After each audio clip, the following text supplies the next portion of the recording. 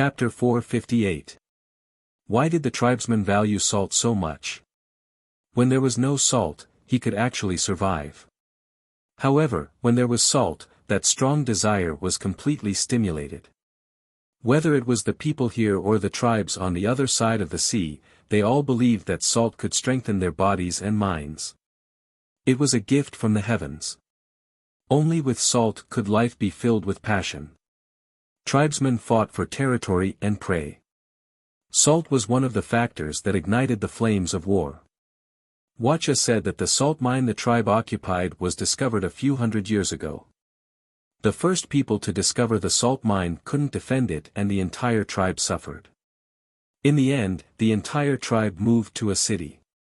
They had no choice. They couldn't win against the other tribes, and to prevent themselves from being attacked, they fled.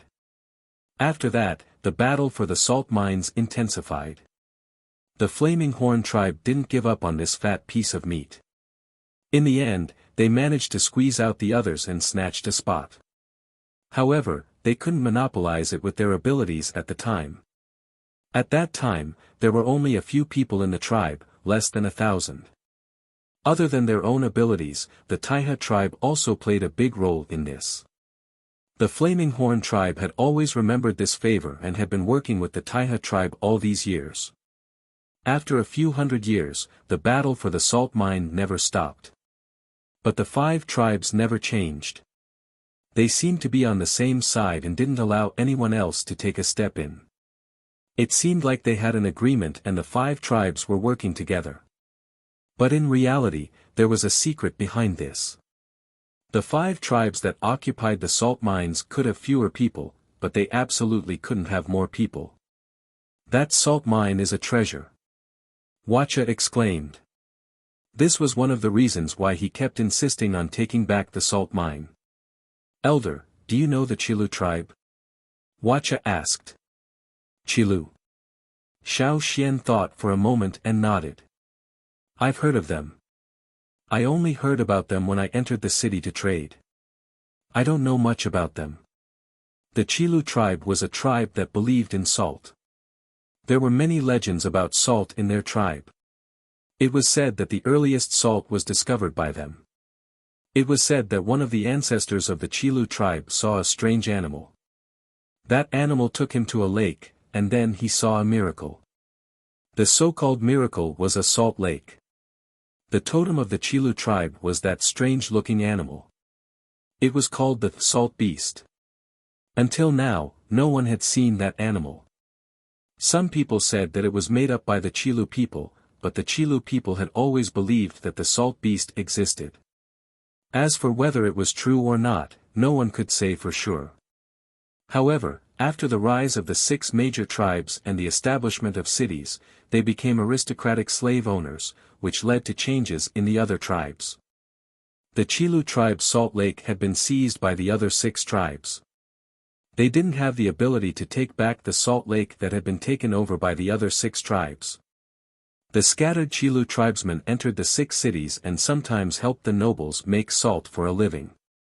However, a few years ago, they heard that the nobles found a new salt spring and gathered some of the Qilu tribesmen to build a city there. They named it Qilu Salt City. There were quite a lot of people who went to Qilu Salt City. Of course, Wuxia didn't mention the Qilu people because he wanted Xiao Xian to understand their history. The Qilu people's salt-making skills are similar to the Gongjia family's forging skills. They are famous among the tribes. Even the slave owners would hire the Qilu people to make salt. The salt they make is very expensive. Most of it is used by the nobles. If others want to buy it, they have to spend a few times more, said Wuxia. Xiao Xian understood this.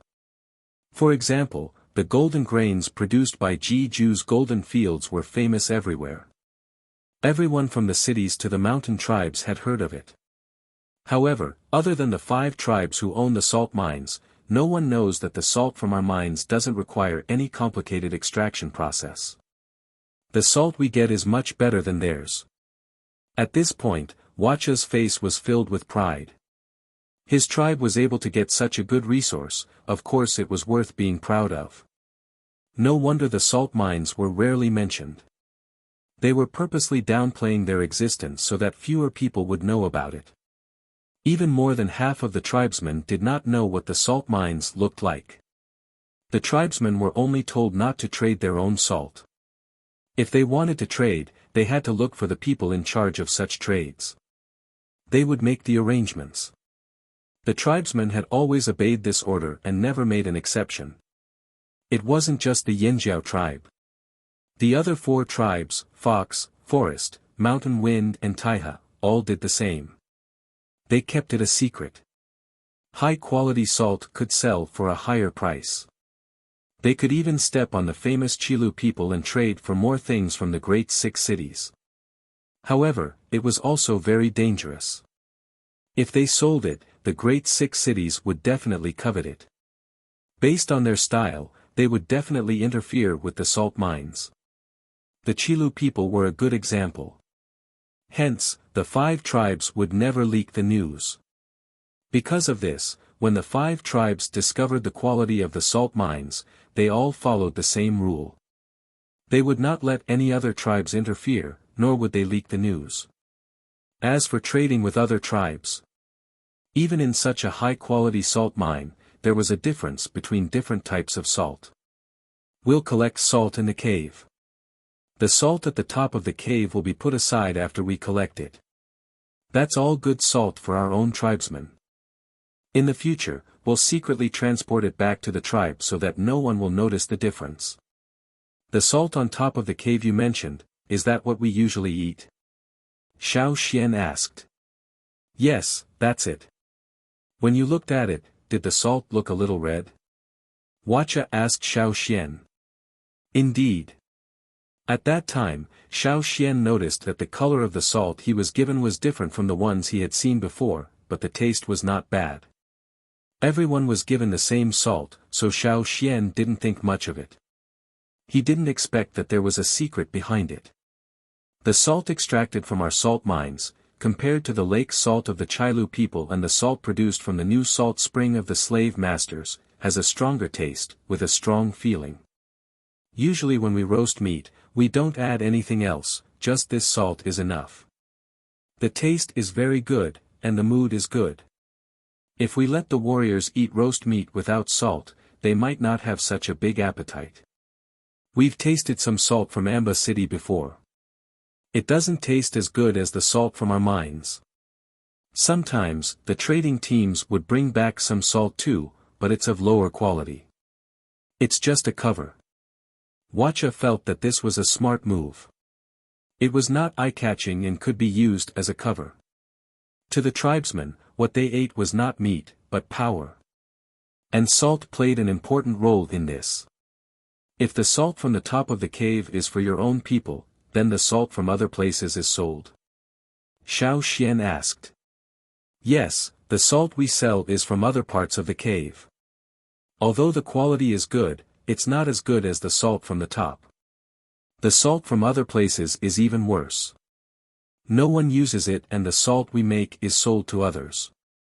Tribesmen wouldn't scrimp and save for themselves and sell better things. To them, this kind of behavior was extremely stupid, so they would only save the best things for their own people and sell the worst things for others. The Yanjiao people were like that. The other 4 tribes were like that too.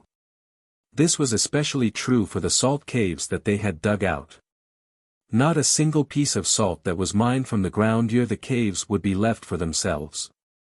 This secret was shared by all 5 tribes. Therefore, other than the 5 tribes guarding this place, the other tribesmen had no idea how good the quality of the salt in this mine was. Even if they took the salt they bought from the 5 tribes and went to the cities to trade, they wouldn't think too much about it. Even if they did, it wouldn't be too strong. After all, more and more salt springs and ponds had been discovered. Although most of them were occupied by the 6 noble families, there were still some in the hands of the tribesmen. They wouldn't come all the way to the mountains and forests just because of a salt mine. When something happened at the salt mines, the Fox and Shan tribes used salt to get some people to help them. The salt they used was of lower quality, so the core secrets would not be leaked. Oh, Elder, I'm sure you haven't seen the original appearance of the salt mines we just mined. As Wuxia spoke, he reached to his waist and took out a beast skin pouch. There was a small jar inside. The jar was made from the bones of a ferocious beast.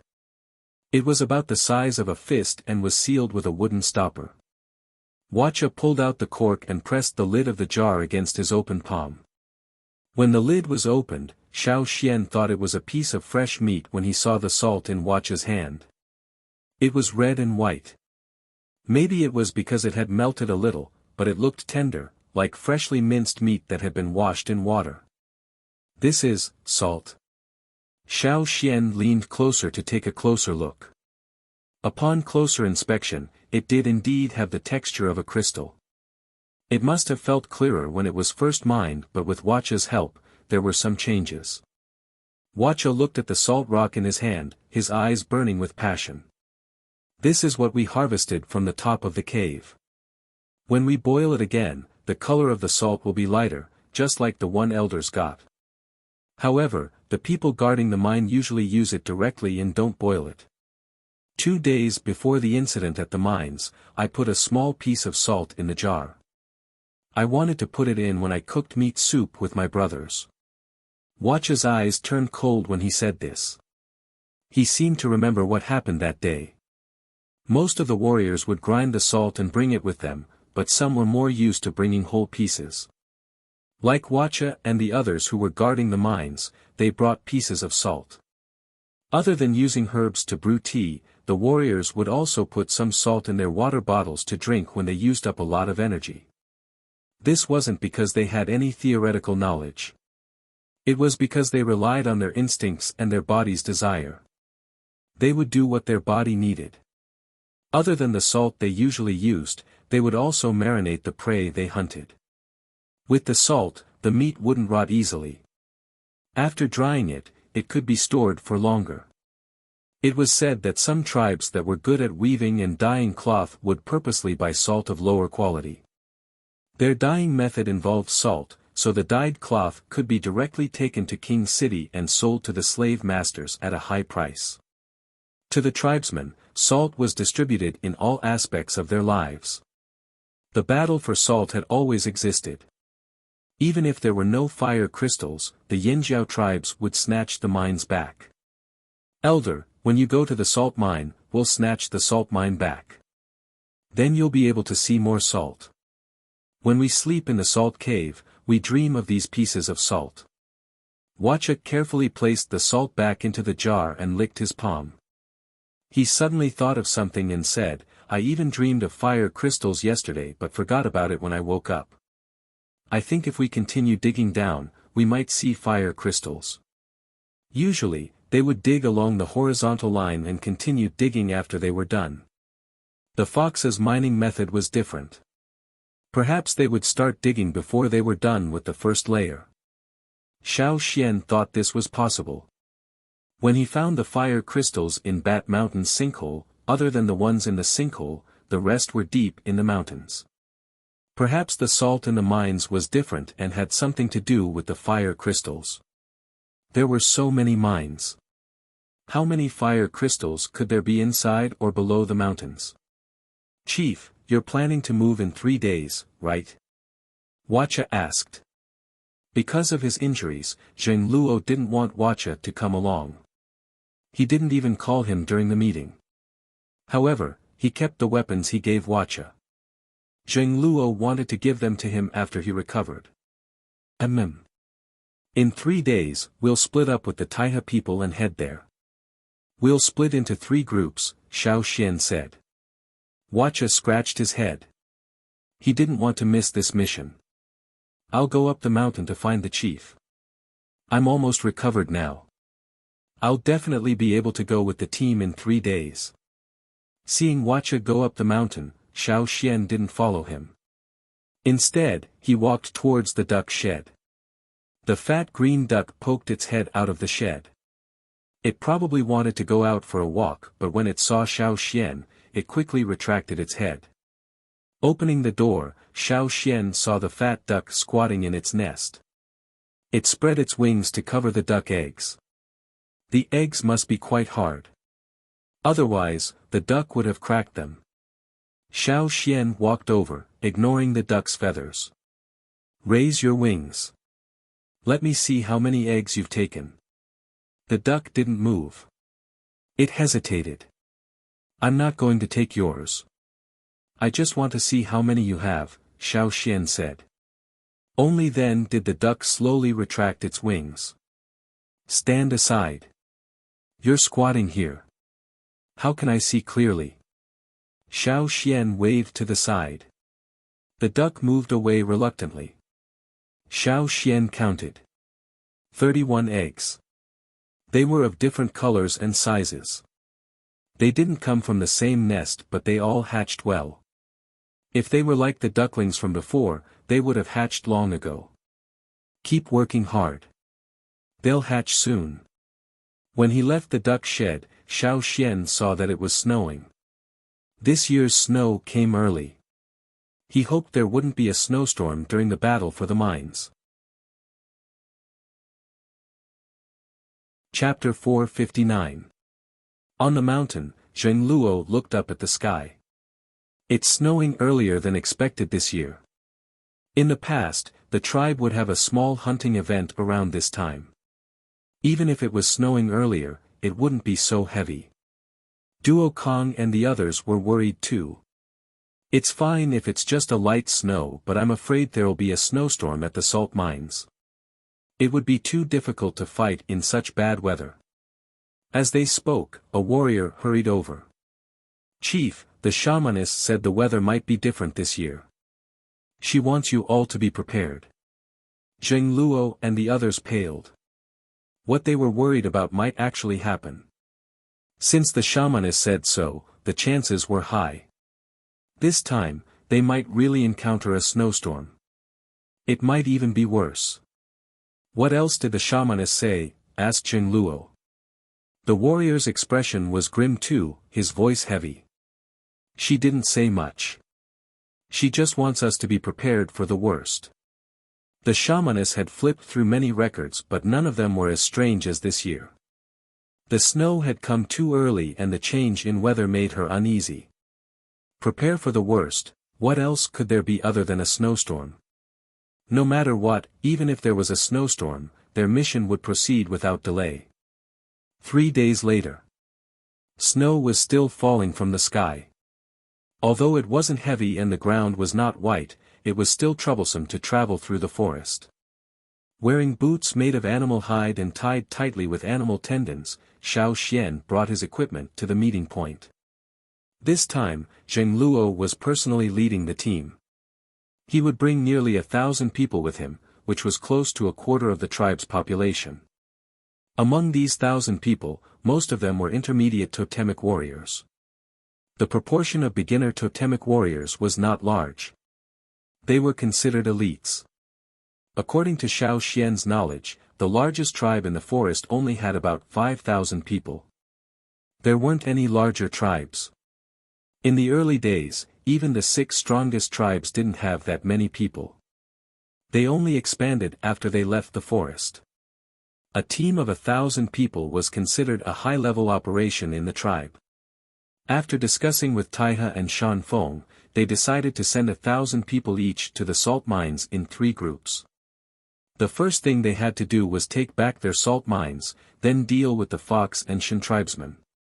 Every tribe that was stationed in the salt mines was definitely more familiar with the territory they were in charge of than others.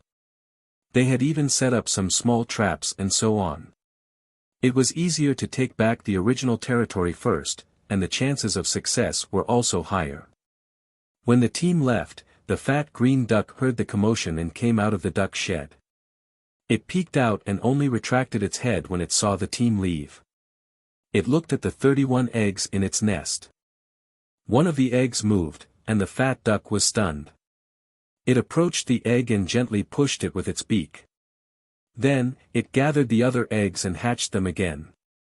It seemed to be in a good mood. The weather was so cold, and it was snowing outside. It didn't need to go out in the cold to look for food.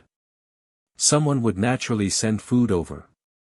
It only needed to stay here and focus on hatching the eggs. What a nice place. Xiao Xian didn't know what the duck was thinking. He followed the team in one direction. They parted ways with the Taihe tribesmen for a while. The Taihe tribe would take another route. The Yanjiao team was heading in a direction Xiao Xian had never taken before. Tao Jing said there were many mountains in this direction. He, Wu Zhan and Feng had followed the team to guard the mines for a period of time.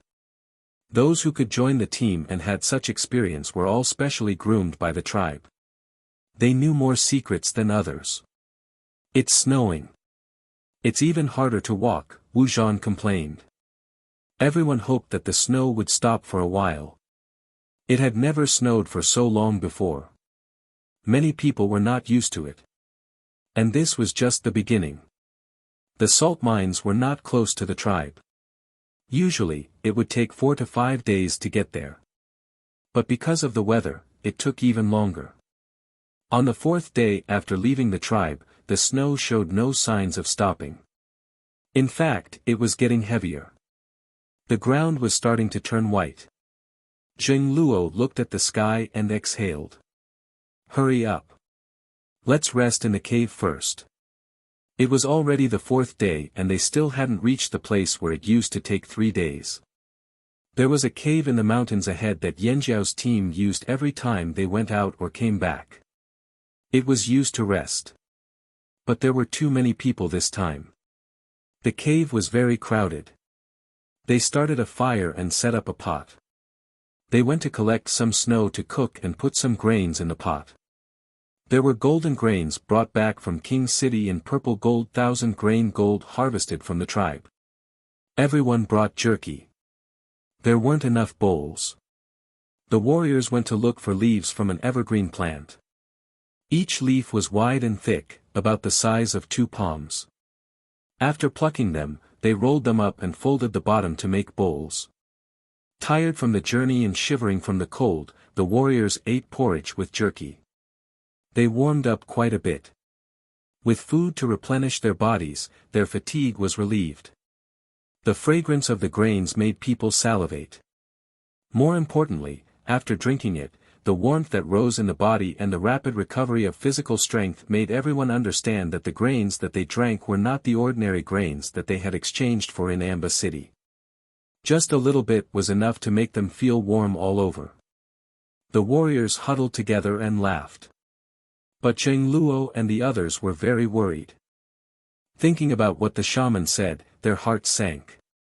It's even colder. Duo Kong sighed.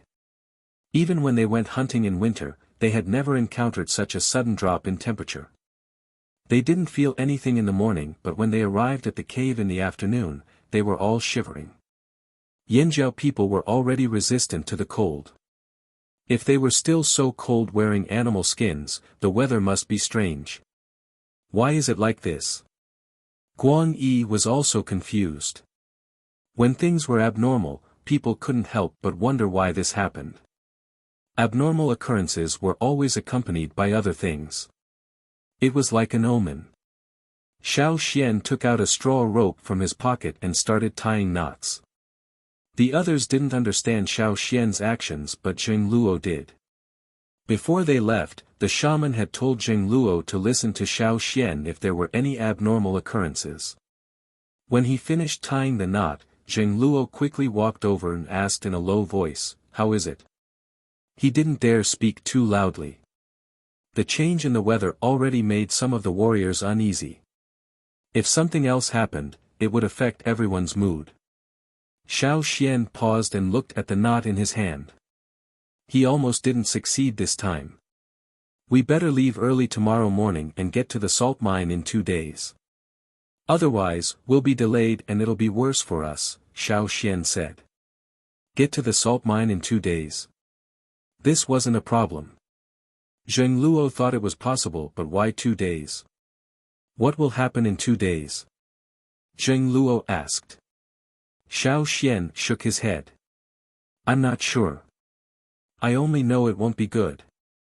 If we get to the salt mine, we'll try to take it down as soon as possible. Xiao Xian had a bad feeling. He always trusted his instincts. If even his divination was unstable, it wouldn't be a small matter. Duo Kong hated the Fox and Shan tribesmen to death. They should have stayed in their tribes in this strange weather. Why did they have to cause trouble? If he met any of them, he would show no mercy. As night fell, the wind outside blew even more fiercely, and the snowflakes scattered with the wind.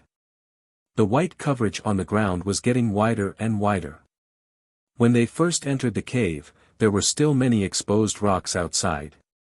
Now, they were also covered by the white snow. The temperature was still dropping. Zheng Luo had people move a few large rocks over to block the wind, but it was still uncomfortable near the entrance. Xiao Xian switched places with the warriors there. Because of the wind, there was no fire at the entrance. It was much colder than inside the cave. However, Xiao Xian had experienced this kind of weather before. Back then, before they had returned to the old haunt, they had experienced endless snowstorms every winter. Xiao Xian's actions left a better impression on the others in the cave. The elder was really a good person. He didn't even know he was labeled a good person. He leaned against the cave wall, deep in thought. When he heard the commotion, he saw Zheng Luo, Duo Kong and the rest. Tao Zheng, Wu Zhan and the rest had swapped places too. Xiao Xian, I heard you've experienced this kind of weather before. Duo Kong asked. Xiao Xian smiled. Before the tribe returned to the old land, it snowed all the way until the end of the season. The snow there could even cover the houses. Don't you feel cold? Wu Zhan asked. They were about the same age as Xiao Xian, but their experiences were completely different from Xiao Xian's. They didn't know much about the other tribe. It's cold, but we're used to it. Xiao Xian remembered when he was still in the cave near the foot of the mountain. During the winter, he used to sleep on hay and old animal skins. He wasn't used to it when he first came to this world, but after a while, he got used to it. Did you hear that? It's just a little bit of trouble and you're all cowering. Duo Kong glared at Tao Zheng and the others. But the situation here is different. I've never seen such a big change. The battle for the salt mine this time might be a little difficult, Xiao Xian said. The others fell silent. They knew the weather was abnormal and there might be an unexpected disaster. However, they still had to do what they had to do. They were just unlucky to have encountered it. The next day, Zheng Luo led the team to the salt mine. Compared to the night, the temperature was a little higher. There was less snow and the sky was brighter. Everything seemed to be going well. However, Xiao Xian felt that this was just the beginning of a bigger change. They walked harder and in the afternoon, they arrived at a salt flat. This wasn't where the salt mine was. To reach the salt mine, they had to pass through this salt flat. Above the salt ground, there were many colors. The snow falling from the sky did not cover the colors of the salt ground. Those are salt flowers. They're different from the salt in the mines and salt lakes. The salt flowers here can't be eaten. Chapter 460. At first glance, this salt land looked like a snowfield. Most of the ground was covered in white. There were some shallow pits on the ground. The snow melted after it fell and gathered together. On the snow-white ground, salt flowers emerged from the ground like coral. In the center of each salt flower, the color was either dark or light, red or blue. At first glance, it looked like a fairyland. However, people who knew about this place avoided it like the plague. Although there was salt everywhere, the salt was poisonous. No one who had eaten it or licked it was spared. Therefore, for a long period of time, this place was recognized by everyone as a dangerous place. Anyone who entered would die. There were even Qilu people who said that this was the graveyard of the salt beasts. Whoever approached this place and violated their tombs would be punished. This was a demonized area. It was not until someone walked into this salt land and discovered a salt mine that this dead land was revived. Crack crack crack, subtle cracking sounds could be heard from the shallow pit. Xiao Xian saw an orange-yellow crystal pillar emerging from the shallow pit. It looked as delicate as crystal, sparkling and translucent. The crystal pillar was like a seedling breaking out of the ground. It grew upwards and forked. As it grew, the crystal pillar's surface turned from transparent to translucent. Then, it was covered in a layer of white frost. When it reached the height of half a person and stopped growing, it was almost the same as the other salt flowers on the salt land. The only difference was the color. It had a faint orange hue. This was only one of the salt flowers that had bloomed. In the other shallow pits, there were also other salt flowers that had sprouted. The colors were green, red, and even black. Although such a scene was beautiful, when one thought about the legends of this place, it made one's hair stand on end. "Let's go. Just don't eat them," said Jing Luo. Stepping on the salt land, they heard a clear cracking sound. This was the sound of stepping on the salt layer. It was much louder than stepping on the snow. Below their feet were cracked salt crystals of all sizes. Some were lumps and some were flakes. The big ones were stepped on and the small ones were crushed into powder. The group tried their best to walk on higher ground, avoiding the shallow pits. Their boots were soaked in water. When it dried, salt would seep out. They could not eat it either. It was poisonous. "There are footprints." Duo Kong pointed in a direction. Footprints on the ground would stay for a while. Even if the temperature rose, they would not melt as quickly as snow. About 200 people, less than 300. They were here less than 4 days ago. Wuxia was very familiar with the salt land. He could tell from the tracks. It's probably a new group of people from the Fox tribe. "These don't look like they left behind by the 2 tribes, said Susha. The Fox tribesmen were more orderly when they left, but the Shan tribesmen were even messier. That was why these footprints could not have been left by either of the 2 tribes. "We're not resting tonight. Let's continue," shouted Jing Luo. Usually, they would stop to rest before meeting an enemy to preserve their energy. Even in the past few days, they stopped at night to rest. However, after hearing Xiao Xian's words, Jing Luo decided to change his approach. There was no piping hot meat soup or porridge to warm the stomach. When they were hungry, they could only gnaw on the frozen meat jerky. The air was filled with the salty smell of the salt ground. Apart from the whistling of the wind, they could only hear the crunching of footsteps on the salt ground. Luckily, the wind was not strong tonight. There was no snow either. Compared to a few days ago, it was much calmer. This kind of peace made it easy for people to slack off, but Jing Luo kept urging them. Everyone's nerves were stretched taut. No one complained. They only knew that they had to listen to the chief. The chief would never harm them. At the same time, in the salt mine, a few Fox tribesmen and Shan tribesmen in thick fur discussed in a salt cave. This was the Fox tribe's salt cave. The salt below the mine was layered. One layer of rock, another layer of salt, then another layer of rock, then another layer of salt. However, they liked to keep digging until the first layer was finished. Not long ago, they finally dug something out. They didn't expect such a huge surprise. After some consideration, they decided to ally with the Shan tribe. Shan Feng's personality was too strange. The Fox tribesmen did not like them. Yanjiao and Taihe were close. If one knew, the other would not be far away. So, after eliminating these 3, the Shan tribe was the only one left. Although the Shan tribesmen seemed arrogant at times, when it came to fire crystals, they were smart enough to keep their arrogance in check. At this moment, the 6 leaders of the 2 tribes were gathered together. Between them were a few fire crystals the size of an eye. "This is what we dug out today. There are more fire crystals below, but the deeper we go, the harder it is to dig. We might not be able to finish digging without at least 30 to 50 days.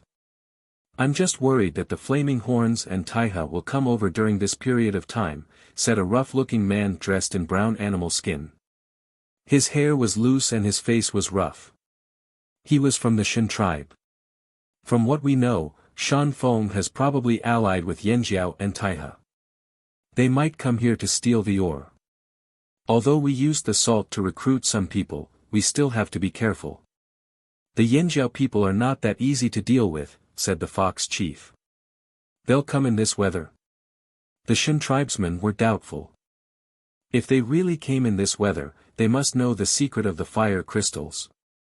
The fox chief's face was fierce. They had already given half to the Shan tribe. If they didn't have to guard against the other 3 tribes, they wouldn't have had to give them away. They would not allow anyone else to share the burden. The Shan tribesmen had the same thought. Squeak, a strange squeak came from outside the cave. It sounded like someone was flying towards them. One of the Shan tribesmen raised his hand, and with a whoosh, a gray shadow rested on his arm. It was a bird. It looked like a bird of prey, but it wasn't big. The bird shook its feathers as if it was shivering. Then, it called out to the Shan tribesmen. Squeak, squeak, squeak, the Shan tribesmen's expression changed. The Taiha people are coming to the salt mines. They're almost there. They really know the secret of the fire crystals. If the Taiha people are already here, the Yanjiao people won't be far away. The mountain wind people must have found out about the fire crystals, so they joined forces with them. Based on the estimated time, they will arrive at the salt mine the day after tomorrow, said the fox leader after some calculations in his head. The day after tomorrow? Muttered the Shan tribesman. I'm afraid the weather will change in 3 days. We have to change our plans. Speaking of this, the fox tribesmen were also depressed. They had already made a few plans, but the weather suddenly changed. The Shan tribesmen were very sensitive to changes in the weather. They could predict the changes in the weather from the changes in the trees in the forest. If they said the weather would change in 3 days, or worse, it would definitely happen. We might not be able to stop them if we fight them head-on. Especially those arrogant Yanjiao people. The fox chief was calculating the impact of the 3 tribes' alliance. Then what should we do? Asked the Shan tribesman, frowning. A woman with long, narrow eyes sat beside the fox chief. Her eyes flashed and she giggled, it's not like there's no other way. The others all looked at the woman. She was dressed in fiery red fur. She stroked a white fox in her arms. The weather will change, but it won't be in 3 days. In 2 days, there will be a huge change. As if responding to her words, the fox in her arms whimpered. 2 days. Are you sure? How do you know? Asked the Shan tribesman. You don't need to know how I know, but I'm sure the weather will change in 2 days, said the woman calmly. She was confident in her words. Even if the weather changes in 2 days, what can you do about it? Well, it's simple, said the woman calmly. When the weather changes, no one can stop it.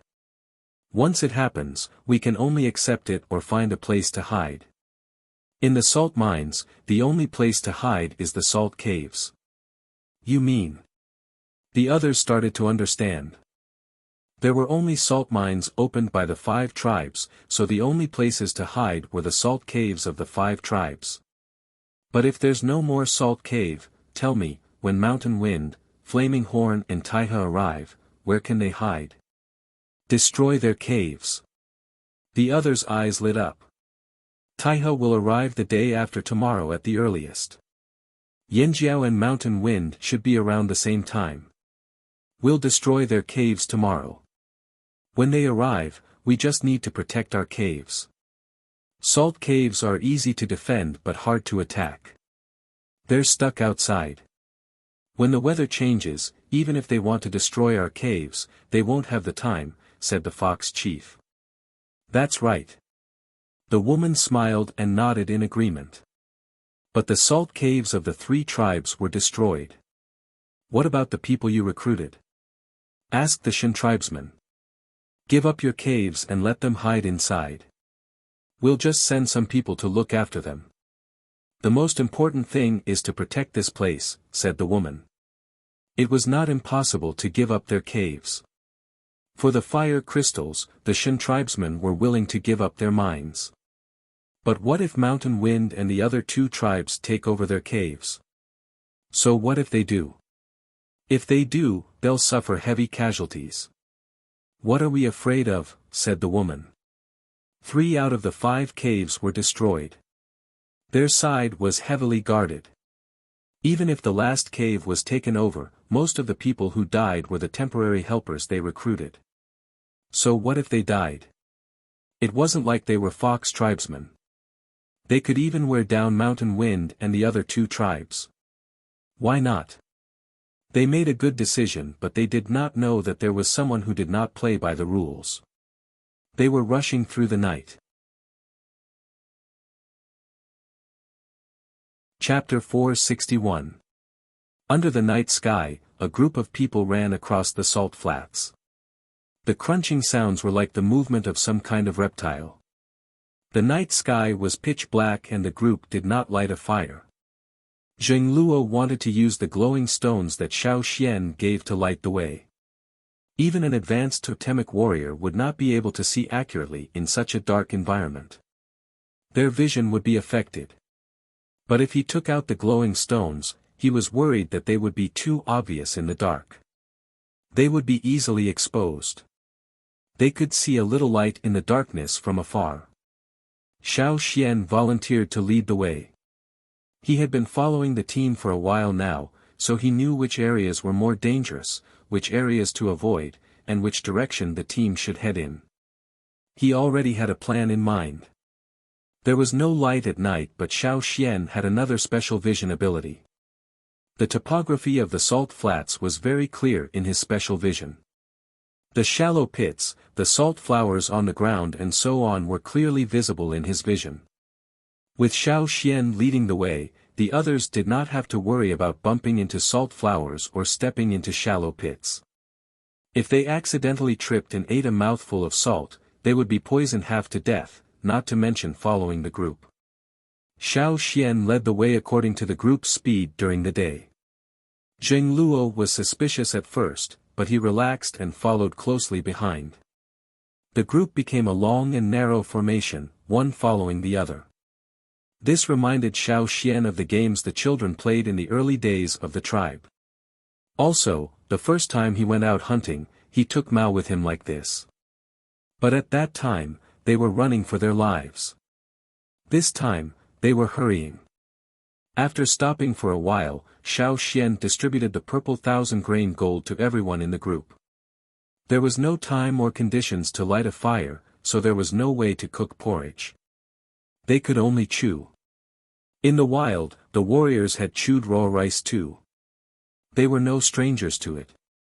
Even though there was only one, and it was still raw.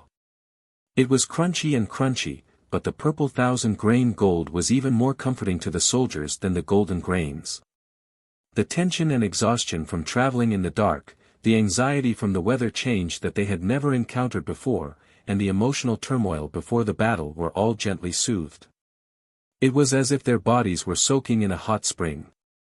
The messy totemic power in their bodies became orderly again.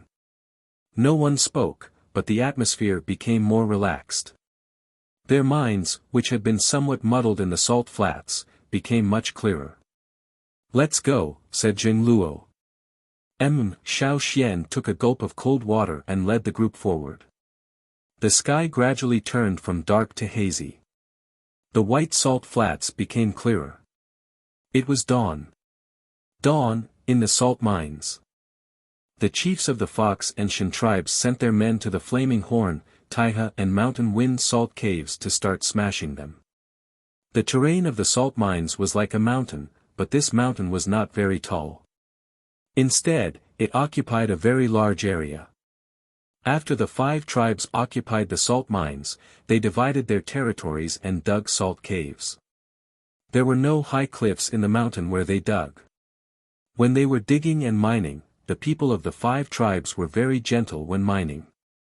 Even the Flaming Horns tribe, which was considered the most rude of the 5 tribes, was also very careful when it came to the salt cave. The rocks in the salt mines got harder the deeper they went. The closer they were to the top, the easier it was to dig. It just so happened that the first layer of salt mine was above, so the opening of the cave was above. The second layer of salt mine was below ground, in a belt shape. Wuxia and the others were mining underground, so the upper layer had long been mined out. At the same time, a group of people had gathered above the cave. There were Fox, Shen and other tribesmen who were recruited as helpers. Each of them held a large hammer or a sharp chisel as they stood there. "Today, your job is to make this cave collapse, do you hear me?" shouted a Fox tribesman. "What about the salt inside?" asked an outsider reluctantly.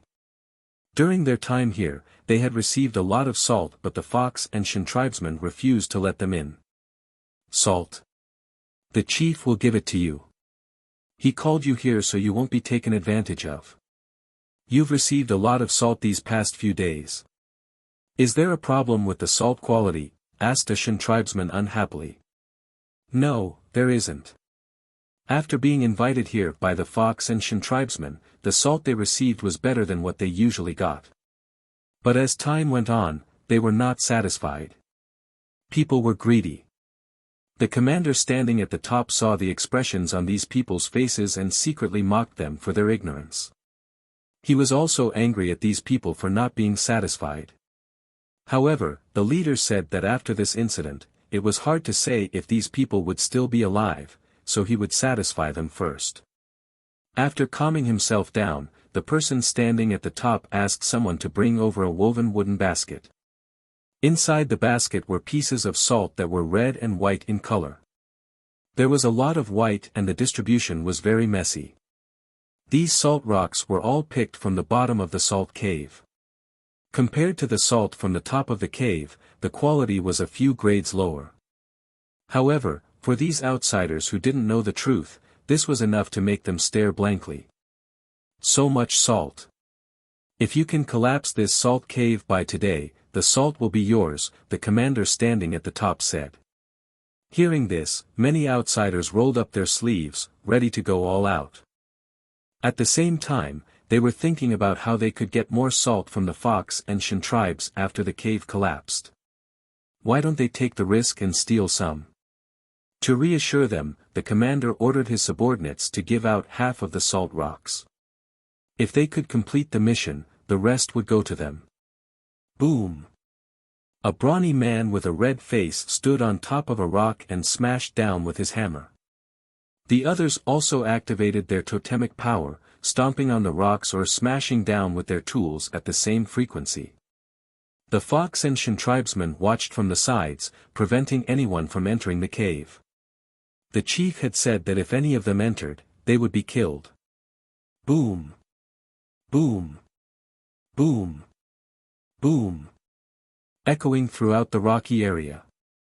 The salt mines were located within the area of salt flats, but the surroundings of the salt mines were not as flat as the outside of the salt flats. It was full of strange rocks of varying heights, and the rocks were covered with a thin layer of salt grains. Although the salt grains were not poisonous, they were very coarse and did not contain much salt. Even if they had painstakingly collected them, they would not be able to obtain much salt. Therefore, the people of the 5 tribes turned a blind eye to the coarse salt that was full of impurities.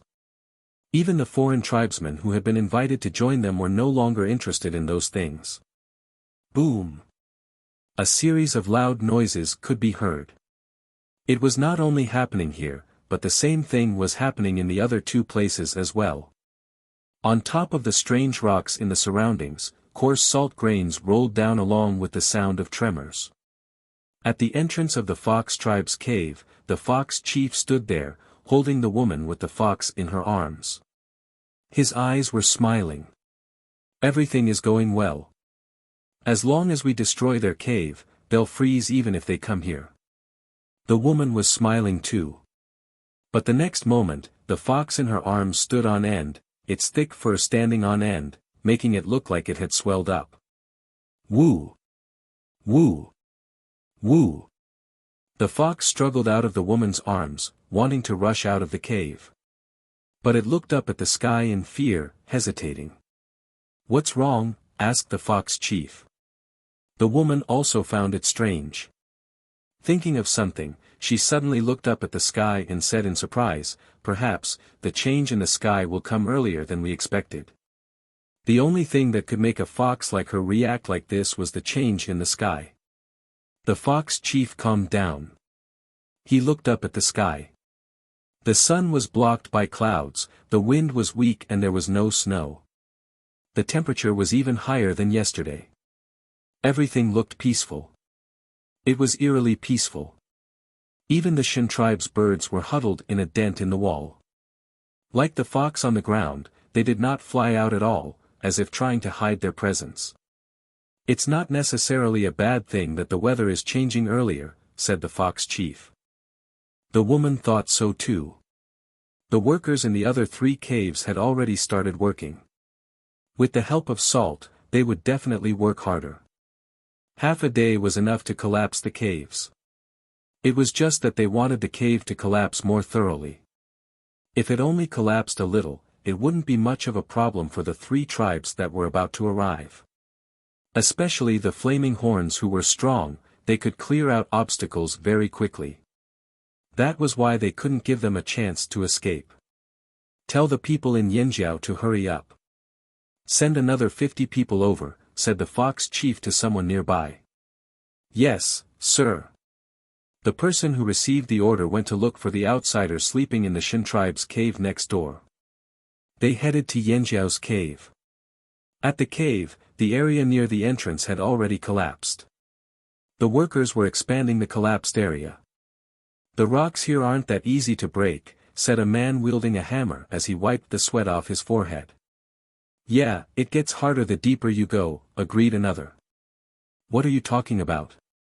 "Hurry up and break it," shouted a Shin tribesman who was supervising the workers. The fox and Shin tribesmen were mainly keeping an eye on these foreign tribesmen. If they weren't careful, these people could easily take advantage of them. So they had to keep a close eye on them.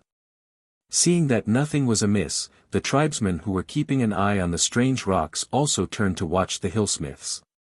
But at this time, at the bottom of the salt mine, an angry roar came from the jagged rocks. Zheng Luo's face was ferocious. He had brought his team over to see these people breaking into their cave. He had only held back his anger because he did not want to be discovered. When they finally got close, he could no longer hold it in. Not just Zheng Luo, the others were the same. Chapter 462. The people from the Flaming Horn tribe were divided into 3 small teams. They moved stealthily towards the salt mine from 3 different directions. Each team was led by a warrior who was experienced in guarding the mines. They knew where to go to hide from the eyes of the people in the mines. Although the Yanjiao team had been chased away by force, the traps they set up were still intact. Some had been triggered, but those were the remnants of the traps left behind by others. Their advantage was their knowledge of the strange rocks. They could walk through their territory with their eyes closed. But now, the 3 teams were all close to the salt mine. The reason why they were able to proceed so smoothly was because of their experience. The second reason was that most of the people in the salt mine were focused on the people who were smashing the hole. The third reason was that the birds in the sky of the Shin tribe were scared and did not dare to come out. Of course, most importantly, the fox and Shin tribesmen did not expect Yanjiao to arrive so quickly. Zheng Luo's suppressed anger exploded. He attacked first, his pupils dilating due to his emotions. He mobilized his totemic power to fill every part of his body. The muscles under his skin bulged. Totemic patterns covered his body like hot lava. His angry face looked menacing. He stomped his hind legs vigorously, and his body shot out like a cannonball. The coarse salt on the ground was sent flying. Wherever his eyes looked, there was an area shrouded in killing intent. He tightly gripped the wide copper knife and slashed horizontally. This sudden burst of momentum was like a ferocious beast in the forest that had finally bared its fangs. The cold saber light was like a bolt of lightning that suddenly struck. The air was cut open by the swift and violent blade, making a sizzling sound, like the sound of a storm rubbing against the rough salt grains on the strange rocks. The person closest to Zheng Luo was the fox tribesman in charge of guarding this area. Due to the collapse of the cave entrance, he had moved to a different spot. He stood on a large rock near the perimeter and turned around when he heard the commotion behind him. His legs were slightly bent and his body was still in a dodging motion, but he was still one step too late. He could not avoid the attack in time. The salt-scented knife sliced into his waist. Splat! In the next instant, the knife protruded from the man's back. It was a powerful attack, without any hesitation or obstruction. The sharp blade carried the scent of blood, murderous intent filling the air. The man who was cut in half fell to the ground with a thud. His eyes were still filled with shock and disbelief. After that, Zheng Luo didn't put his sword away. Instead, he followed the momentum of his attack and sent the sword into another person's body without hesitation. Like before, the saber did not stop at all, directly slicing his opponent in half. From this, one could see how ferocious this saber was. The blood that spurted out made the red salt on the ground even brighter. The smell of blood spread through the air, mixing with the murderous intent. This sudden turn of events stunned the people who were supervising or smashing the cave. The eyes of the absent-minded supervisors were filled with shock. The people smashing the cave were also stunned by the scene that had just happened. Didn't Yanjiao and the other tribesmen only arrive tomorrow? Who the hell said that? Was the person who appeared here a ghost? As far as the eye could see, pairs of eyes filled with murderous intent were like hungry predators in the forest. The people in the mine screamed hysterically, "Yanjiao, it's Yanjiao!" Sitting, standing, other tribesmen, the Fox and Shan tribesmen all raised their weapons in preparation for battle. Duo Kong rushed up the salt mine from the other side with an axe in his hand. The axe carried the anger of its owner, and it turned into a bolt of lightning as it flew towards the nearest tribesman. Just as the tribesman was about to raise his sword to block, Duo Kong twisted his wrist and the axe's trajectory changed. The sharp edge of the axe did not hit the tribesman's sword directly, but instead went for his arm. This was the result of the tribesman's quick reaction. If he had been any slower, the axe would have split him in half. Blocking the sword that was coming at him from the side, Duo Kong raised his arm and forcefully pushed it away.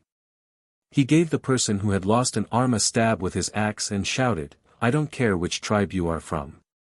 You stole our salt mine. Kill, destroy our salt cave. Kill, kill, kill." He was really angered by the collapsed salt cave in front of him. Ah!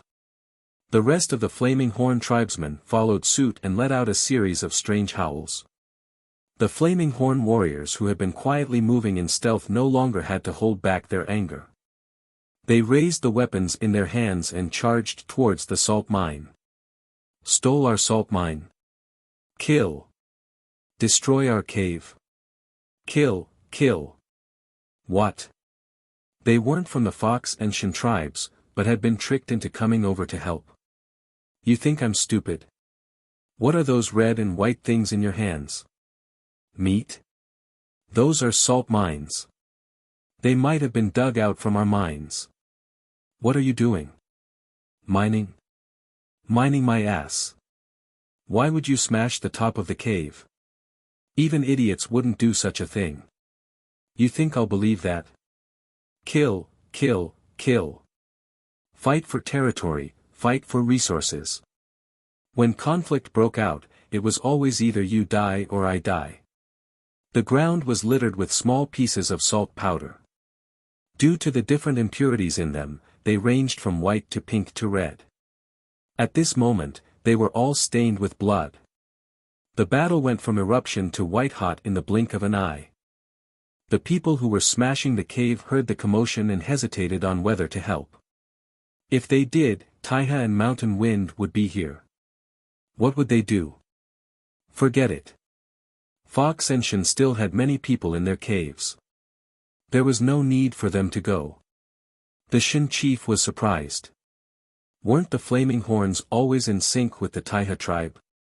They rarely sent birds to spy on the Yanjiao people. Unless they were birds that could fly high, the Yanjiao freaks would shoot them down. However, it was much easier to spy on the Taiha people. As long as they knew the situation in Taiha, Yanjiao would know too. But what was the situation now? The mountain wind people were nowhere to be seen. The Taiha people were probably still rushing through the salt flats. How did the Yanjiao people get here so quickly? At this thought, the Shen chief couldn't help but regret sending the birds to spy on the Yanjiao people. Otherwise, they wouldn't be so helpless right now. The chief of the Shen tribe wanted to send reinforcements, but he quickly stopped because he saw that the Fox tribe had not taken any action. Something was wrong. He looked at the bird curled up in the corner, wishing it could turn into a rock. The Shen chief looked up at the sky. The sky changed. So fast. According to his original plan, it would happen within 3 days. Yesterday was one day and the weather would change tomorrow or the day after. The fox woman also said that it would happen within 2 days. They didn't feel anything in the morning and thought that the weather would change tomorrow. They made many preparations, but now, everything was messed up. The Shen tribe could tell what was going to happen from the plants around them.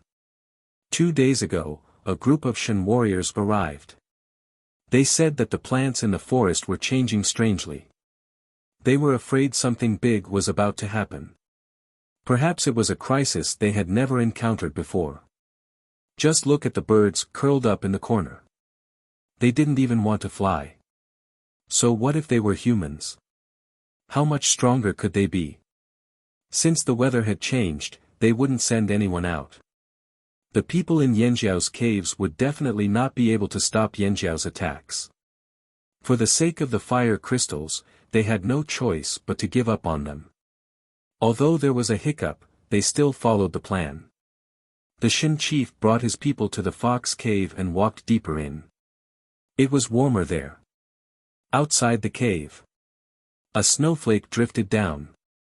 The temperature had begun to drop without anyone noticing. It fell so fast that no one had time to react. Soon, more snowflakes fell from the sky. The wind started blowing the falling snow into the air and smashing it heavily onto the ground. Xiao Xian could even hear the soft thud of a snowflake hitting a rock. The warm blood he spat out quickly cooled in the air, freezing into ice. It fell to the ground and shattered into pieces. The wind grew stronger. Large sheets of snow floated in the air like thick curtains. They swirled in the wind, blocking out the distant scenery. Xiao Xian exerted strength in his ankle and dodged to the side. He dodged a knife from behind. The sword in his hand turned into a blur and swept across like a fan, slicing his opponent's neck. Xiao Xian did not stay put. He bent his knees and jumped back, dodging the knife from the side. After dealing with another person, Xiao Xian looked up at the sky, shocked. Something was wrong. Something was very wrong. There was a chilly feeling. It was not because of the sudden drop in temperature, but because of something else. The sudden drop in temperature was vexing but not enough to make Xiao Xian feel this way. It was as if something else was happening. The snow was still falling. The wind blew the snow, blinding everyone's eyes. The sky seemed to be dyed white by the fluttering snow. On the ground, the snow and salt were indistinguishable. The temperature did not stop falling. On the vast salt flats, the water in the shallow ponds was rapidly freezing. The salt blossoms seemed to have met another spring as they swelled and grew larger. If Xiao Xian was still on the salt flats, he would have seen hundreds of flowers fighting for their beauty. In Yanjiao's salt caves, some of the foreign tribesmen recruited by the Fox and Shen tribesmen were already thinking of retreating. If it were any other day, they would have fought for their lives here for the salt. But this was the first time they had encountered such weather. They panicked and lost focus. Their movements showed flaws and many of them were killed. The Fox and Shan tribesmen, on the other hand, were anxious that no reinforcements had arrived. With Yanjiao's advantage in numbers and strength, they were at a disadvantage. End this quickly. Quick! Xiao Xian shouted. Just now, Xiao Xian felt his scalp go numb. He had a bad feeling. Chapter 463. After hearing Xiao Xian's words, Zheng Luo sped up. On one side, he was aggressive and murderous. Both his battle power and aura were far superior to the other side. The Fox and Shan tribes did not send any more people here. The 400 people here were quickly dealt with. Some died, some ran away. Due to the suppression of numbers and psychological panic, as well as the weakening of momentum, the battle did not last long. From the moment Zheng Luo rushed over to the end of the battle, only 5 minutes had passed. 5 minutes was not even enough time to roast meat or take a nap. Usually, no one would care about such a small amount of time. But here, at this point in time, things had changed strangely. The temperature dropped rapidly. Strong winds blew with heavy snow.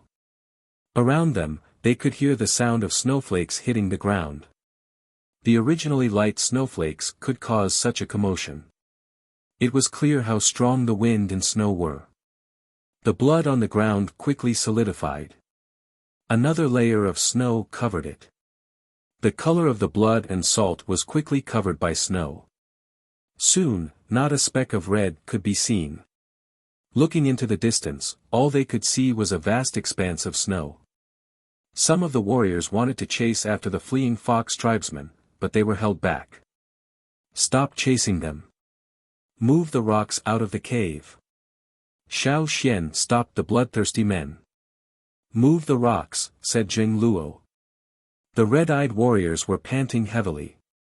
Out of habit, they wanted to shake their hands to shake off the blood on the weapons in their hands.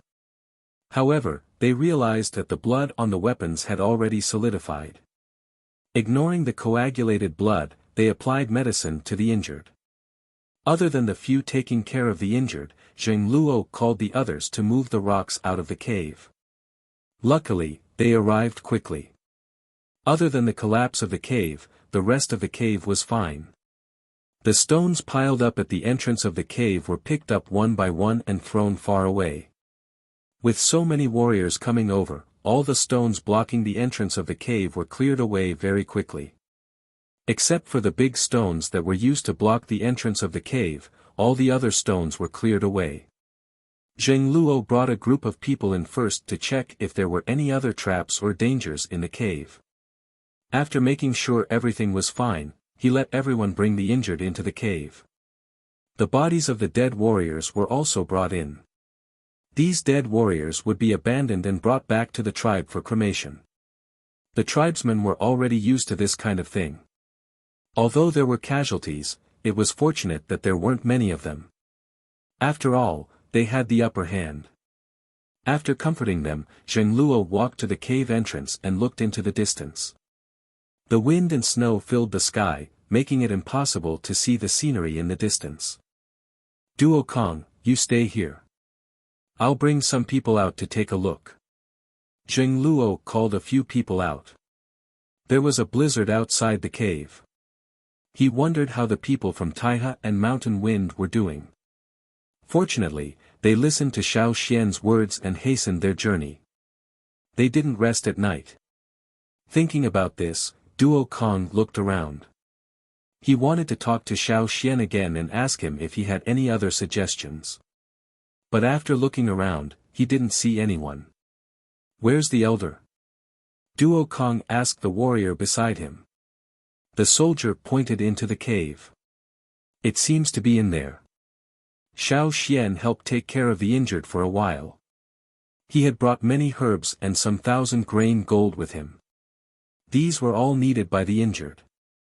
Wuxia led the warriors who had guarded the salt mines into the depths of the cave. Soon, they came out with a clay cauldron. They gathered some firewood from the cave and lit it. Then, they gathered some clean snow. Everyone took out the grains they had and cooked a pot of porridge. Xiao Xian put a handful of 1,000-grain gold into the pot. There were people watching here, so he didn't need to keep an eye on them. When Duo Kong came over, Xiao Xian was about to walk deeper into the cave. "Xiao Xian, how long do you think this weather will last?"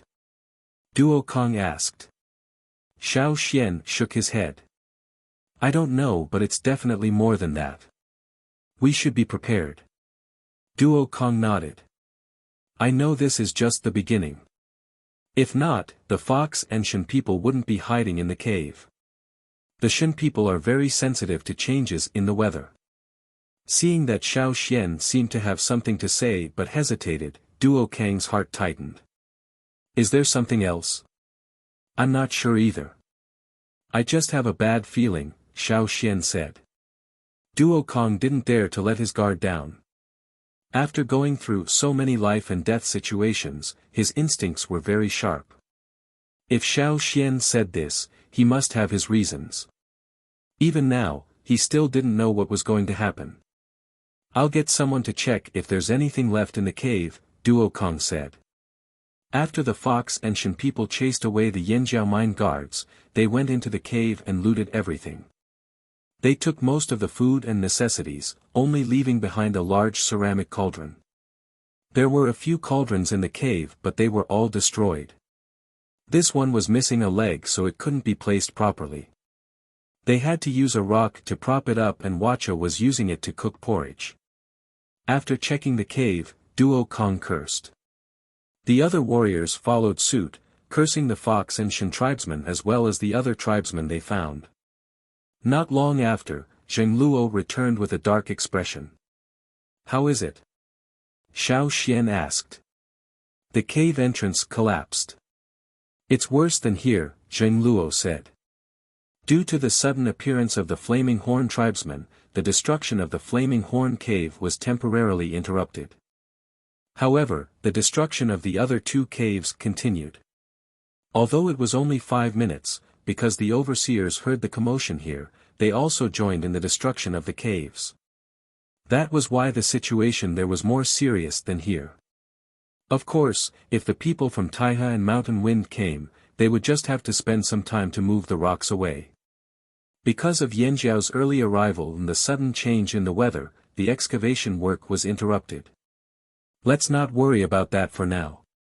Send someone to keep an eye on the Fox and Shen people.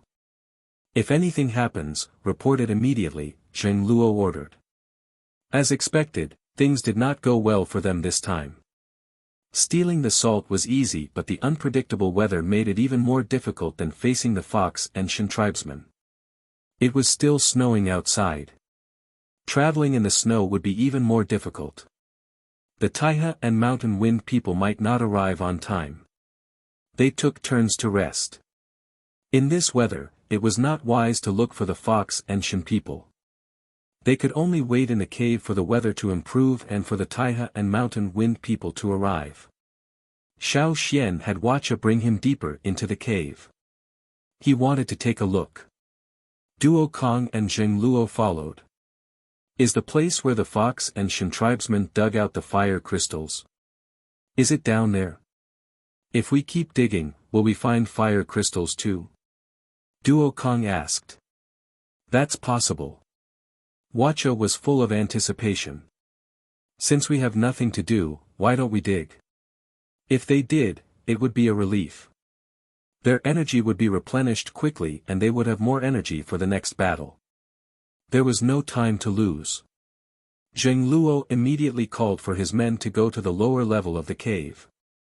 They chose a spot and started digging. The fire crystals were very attractive. The deeper we go, the harder the rocks are. "Who knows when we'll get one?" Duo Kong said. "No matter what, we have to try." Zheng Luo took out his tools and started digging. All the mining tools had been moved away, but there were still some spare tools hidden in a hidden place. Wuxia went over and took them out. In the past, he just wanted to hide them to prevent the warriors from wasting too much. If they felt like their tools were missing, they would have to get new ones. This restricted the use of tools. The warriors would only ask Wuxia for new tools when they could no longer use them. Now, these hidden tools had come in handy. Dig. Keep digging.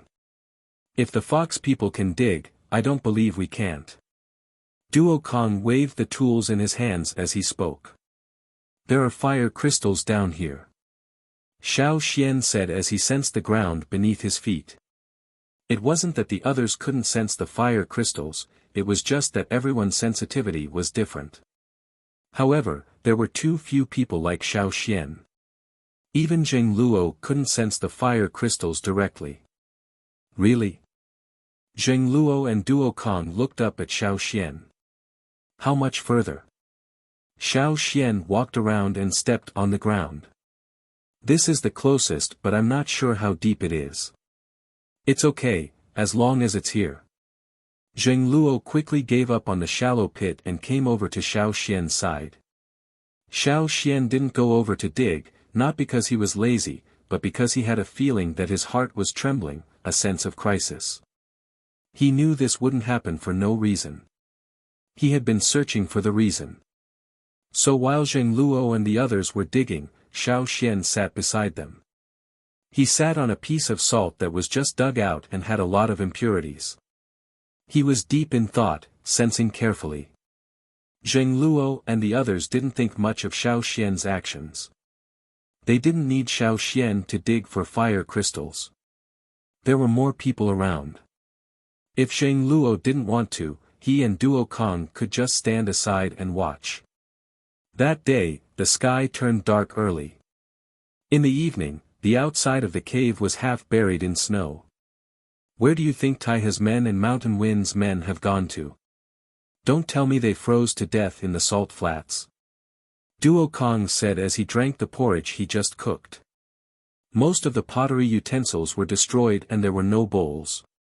They were now using the stone bowls Xiao Xian made. The stone was made from rocks near the top of the salt flats. The rocks there weren't hard and it was easy to make. There was a small amount of salt in the rocks and the porridge tasted salty after being added. After drinking the porridge, Duo Kong shivered and jumped twice. He rubbed his hands. Today was the coldest day of winter he had ever experienced. However, the next day, Duo Kong found that he was too naive. The next day was even colder than the day before. When he woke up in the morning, the snow outside the cave had accumulated to a height of 3 meters. Xiao Xian, you said the house was covered in snow. Is this what you meant? Duo Kong pointed at the vast expanse of white. Yes, but I've never seen it become like this overnight. Xiao Xian was also shocked by the situation. If this continued, what would become of this place? He wondered how the tribe was doing.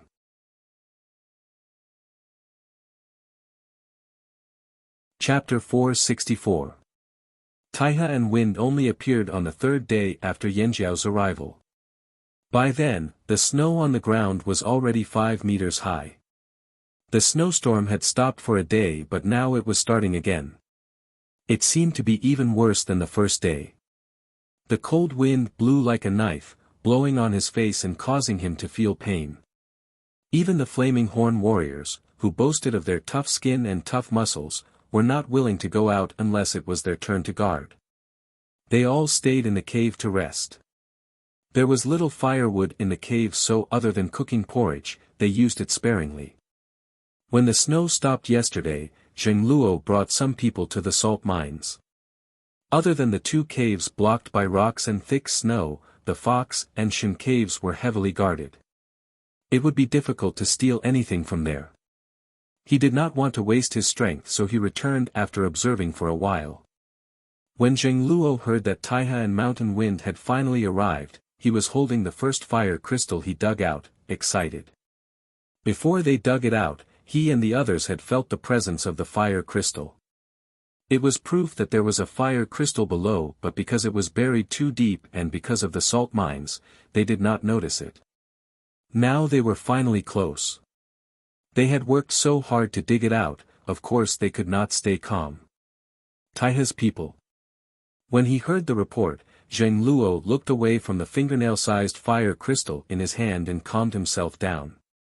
He reluctantly climbed out of the hole and handed the fire crystal to Duo Kong. You guys keep digging. I'll go check on them. I wonder how they're doing now. Don't worry, Chief, I'll keep an eye on them. Duo Kong carefully took the fire crystal, so happy his mouth was about to split. Their efforts were worth it. Their gloomy mood had dissipated. Xiao Xian was deep in thought, but Zheng Luo's sudden appearance brought him back to reality. Taiha and Mountain Wind are here. Xiao Xian stood up from the rock and followed Zheng Luo out to take a look. Zheng Luo glanced at Xiao Xian but did not ask. For the past 2 days, Xiao Xian had been acting strangely. He would sit there for most of the day. If no one called him, he would just sit there. No one knew what he was thinking. He had asked once, but Xiao Xian had told him that he was just trying to sense something. Once the results are out, I will definitely inform everyone. Arriving at the entrance of the cave, he saw the leaders of Taiha and Mountain Wind each leading about 20 people. None of them looked too good, and there was still snow stuck to their bodies. Taiha and Mountain Wind's leaders relaxed when they saw Zheng Luo. They smiled bitterly. You're really lucky to have come early. Otherwise, you'd end up like us. While they were waiting here, the 2 leaders had already learned from the Yanjiao soldiers in the cave that the Yanjiao troops had arrived early on the day of the change. They had just arrived when a snowstorm struck. Unlike them, when they were in the salt flats, the weather changed and there were casualties along the way. This kind of weather was something they had never encountered before. Not to mention them, even their ancestors had never encountered such weather. Not only were there unnecessary casualties, but the journey was also seriously delayed. They could have arrived yesterday morning, but they were delayed by another day, and that was the result of rushing through the night. After the change, it was difficult to travel on the salt flats, especially with the thick snow and cold weather. No one could adapt. Zheng Luo did not explain whether they were lucky or not. He asked about the 2 tribes and found out that although there were casualties, there were not many. Both tribes were not in good health, especially the people from Mountain Wind. The place where they lived was warmer than the Flaming Horn tribes. The winter wind was blocked by the mountains next to them. Even if it snowed, it was just for show. They had never encountered a situation like this before. Mountain Wind's casualties were more serious than Taiha's, so it was no wonder that their leader's face was so dark. How's the cave? Asked Zheng Luo. When he brought people over, both sides of the cave had collapsed, but all they had to do was throw the rocks away. If there's a need, we Yanjiao can help move the rocks too. But Zheng Luo's words made the 2 leaders' faces even darker. They looked like they wanted to bite someone, their teeth chattering clearly. Don't mention it. Those bastards from the Fox and Shan tribes, they poured salt poison into the cave. The Feng Shan chief roared angrily. Salt poison was a kind of green-gray salt rock found in the mines. It couldn't be used to make salt. It wasn't able to poison people to death, but after it was boiled, the smell would be pungent, and people would feel dizzy if they smelled it too much. Therefore, generally speaking, the soldiers guarding the mines would bury the salt rock far away if they found it. Although there was not much salt poison, there was still a certain amount accumulated over the years. The Fox people dug out the poisonous salt rocks and cooked them in batches. The first 3 pots were poured into the Mountain Wind's cave. Who asked them to have such a deep grudge with them? If Mountain Wind did not investigate again, things would not have turned out this way. The 4th to 6th pots were poured into the Taiha cave. The Taiha people were better at using herbs, something the Fox people were wary of. Finally, it was Yanjiao's turn. But due to the change in weather, they changed their plans and did not have time to pour the last of the salt poison into the cave. So when the Yanjiao people entered the cave, although they lost a lot of things, they did not have to deal with the salt poison. After boiling, the salt poison would melt in water. If it was boiled again, it would become a viscous liquid. When it was splashed on the ground, it would seep into the salt mine. Once it dried, it would stay with the salt mine. Unless that layer was removed, it would not be pleasant. In this weather, the snow was howling and the temperature was unprecedentedly low. They finally made it to the mines without having to fight, but there was nowhere to hide. The two chiefs of the Taiha and Mountain Wind tribes arrived at the salt mines at about the same time. They came over to check on the Flaming Horn tribe.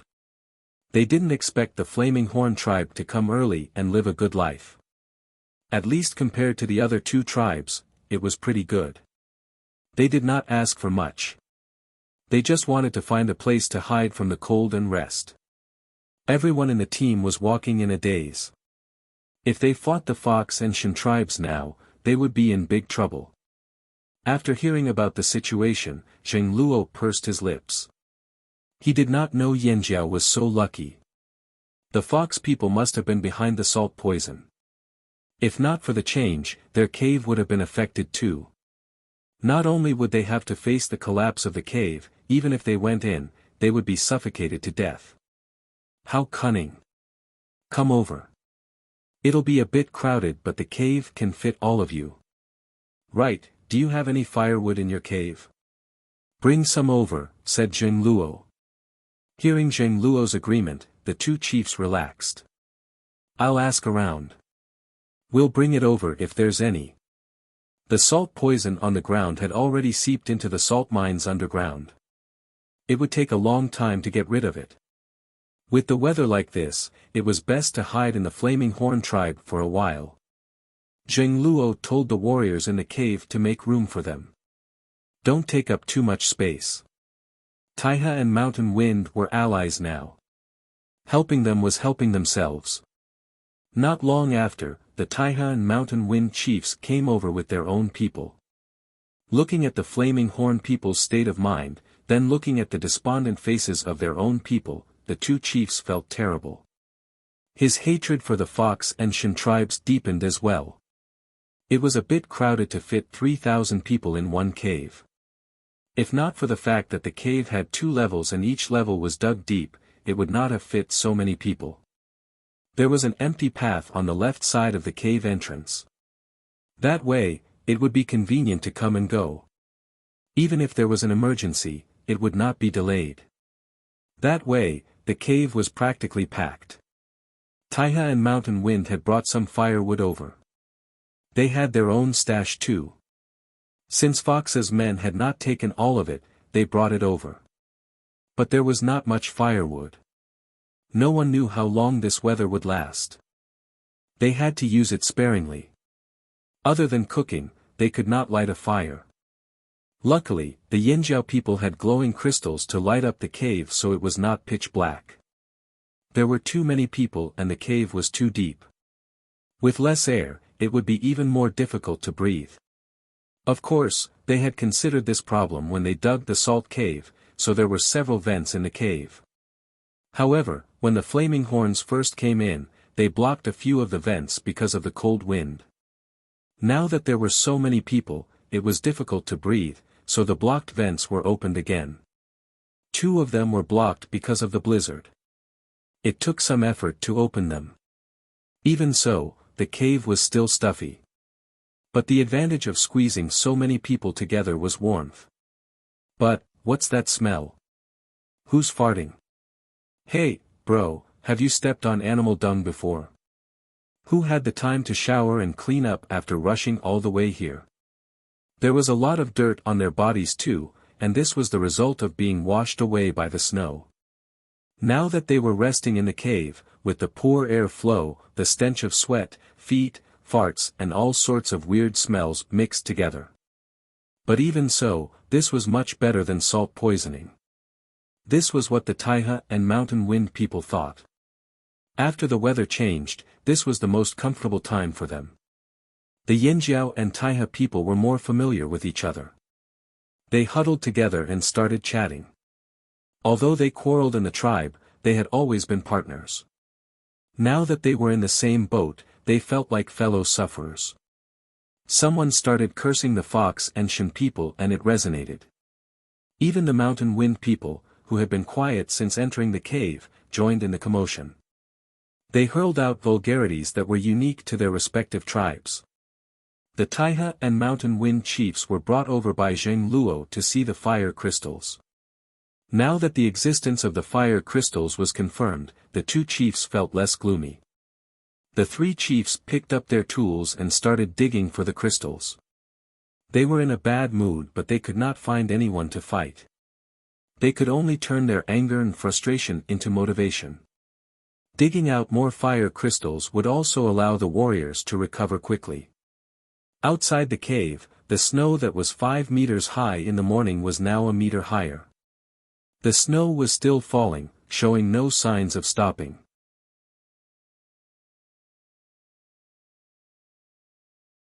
Chapter 465. On the night of Taiha and Mountain Wind's arrival, the wind outside grew stronger.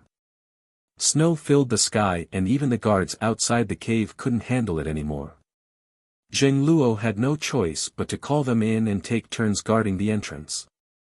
Otherwise, they would freeze to death outside. Even if they didn't freeze to death, they would be buried in the snow. But now, outside the cave, unless all the snow was swept away, the surrounding snow was like a thick wall, blocking all sight. One had to stand on high ground and sweep away the snow that blocked one's vision before one could see further. Xiao Xian stood on top, braving the wind and snow to look around. Between heaven and earth, everything was white. The strange rocky terrain was no longer rugged. It was drowned in a sea of white. At first glance, it looked like flat ground. Xiao Xian tried to use a straw rope to perform divination. He wanted to read the weather, as well as the chilling sense of danger that he couldn't understand. None of his attempts worked. He looked around. As far as he could see, there was no one else. Fox and Shen did not seem like they wanted to come out. After entering the cave, they moved the rocks back to their original positions. Many of the Yinjiao warriors looked at Xiao Xian, hoping to hear good news from Xiao Xian. It was because of Xiao Xian that they weren't as miserable as Taiha and Mountain Wind. To their disappointment, Xiao Xian shook his head silently. The cave grew quieter. At first, there were still people complaining and cursing the Fox and Shen tribesmen. But now, all their complaints were gone. They only hoped that this weather would end soon. Wu Zhan and some of the Taiha tribesmen knew each other. They were all elites of the younger generation. When the Taiha tribesmen arrived, they gathered to talk about their experiences. Now, no one was talking. Those who could sleep slept to reduce their energy consumption. Those who couldn't sleep just stared blankly. Hearing chewing sounds beside him, Wu Zhan kicked him. "What are you chewing?" "Grass." "Give me some." Taiha tribe's Feiyang handed over half a stalk of grass. They would often carry some herbs with them, even if they didn't have much medicinal value. They would chew on these herbs for fun when they were bored and could calm their minds. When he handed it over, Feiyang asked, "Your elders don't seem to have brought any good news." "There will be." Wu Zhan didn't say anything. He took the grass and chewed on it. It tasted bitter. He didn't know why the Taiha people liked to chew on this stuff. There was bound to be one. Everyone thought so. However, as the days passed, their hearts grew heavier and heavier. Every day, when they woke up or went out to pee, they would be shocked by the changes outside. It was as if there was no limit, and they didn't know where the limit was. This kind of change made people panic. If this continued, would the forest they lived in become a land of ice and snow? The thoughts of the younger warriors began to wander aimlessly. It was one thing for them to be in the land of ice and snow. Some of the tall mountains were covered in ice and snow all year round. However, they had never seen a place with such thick snow. This was an ordinary flat ground, and the snow was still falling. There were a few short pauses in the middle, but this trend showed no signs of stopping. What should we do? The three chiefs gathered together. Even though they had fire crystals in their hands, the current situation put them in a difficult position. Their initial excitement from digging up fire crystals had gradually died down.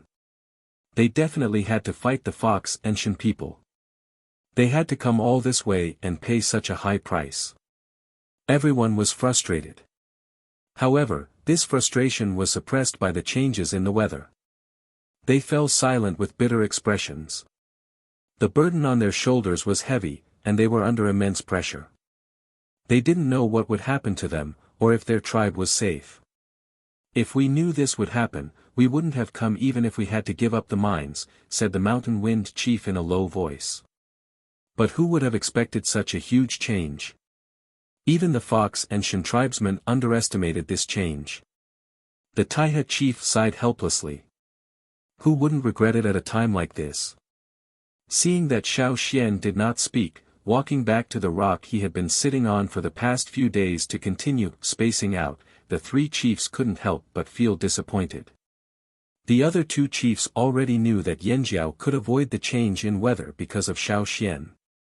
They had no one who could predict the weather, so they could only place their hopes on Xiao Xian. Good news or bad news, as long as they knew what was going to happen next, they would feel more at ease and be prepared. Sigh. Zheng Luo couldn't take it anymore. Whenever he was free, he liked to think. He stretched his stiff limbs, then jumped into the fire crystal pit and continued digging. The other two chiefs looked at each other, then got up to stretch their shoulders and jumped in as well. Let's dig. They would be more depressed if they stayed here quietly. Their progress was much slower now. The deeper they went, the harder the rocks became. Many of their digging tools were broken. Although they dug out more than 10 fire crystals, they were small and not enough to go around. Everyone absorbed a little, and it also gave the warriors a boost of energy. Xiao Xian sat on the converted salt rock and carefully felt the changes around him. Sound. He could hear the three chiefs digging in the pit next to him. Everyone's breathing could be heard clearly. Further away, there were whispers in the cave. Some were talking in their sleep, some were snoring. He could even feel that many people were spacing out in the dark with their eyes wide open. There was also the sound of wind blowing in through the vent. What else was there? There was also the sound of someone's heartbeat. Xiao Xian could almost hear the sound of his blood flowing in his body. Thump thump. The sound of the heartbeat made Xiao Xian's eyebrows twitch. The sound of a heartbeat. The sound was very soft, but it felt very powerful. It seemed to echo in the rock, with a lingering sound. His own heartbeat. No, not his own, not the people around him, and definitely not the other soldiers in the cave. Who was it? Whose heartbeat? Xiao Xian wanted to listen again to confirm, but after waiting for a while, he did not hear the sound again. Xiao Xian felt that he was very close to the answer, but he still felt like he was missing something. Just a little bit more. Just as Xiao Xian thought that the sound would not appear again, he heard it again. Thump thump. It was still the same strong heartbeat as before, high in the front and low in the back. After listening carefully, Xiao Xian noticed that the last heartbeat was slightly louder than the previous one, but he wasn't sure if it was real. There was indeed a heartbeat, but it did not sound like a human's. It seemed to be very far away, but also very close. He could not be sure. It was not loud, but he could clearly hear the sound coming from the rock layer. Chief, do you hear something? Xiao Xian asked. Zheng Luo, who was digging in the fire crystals, paused. Sound. The other people in the pit also stopped what they were doing and listened carefully. No. They all shook their heads. It's gone now, just now, Xiao Xian said.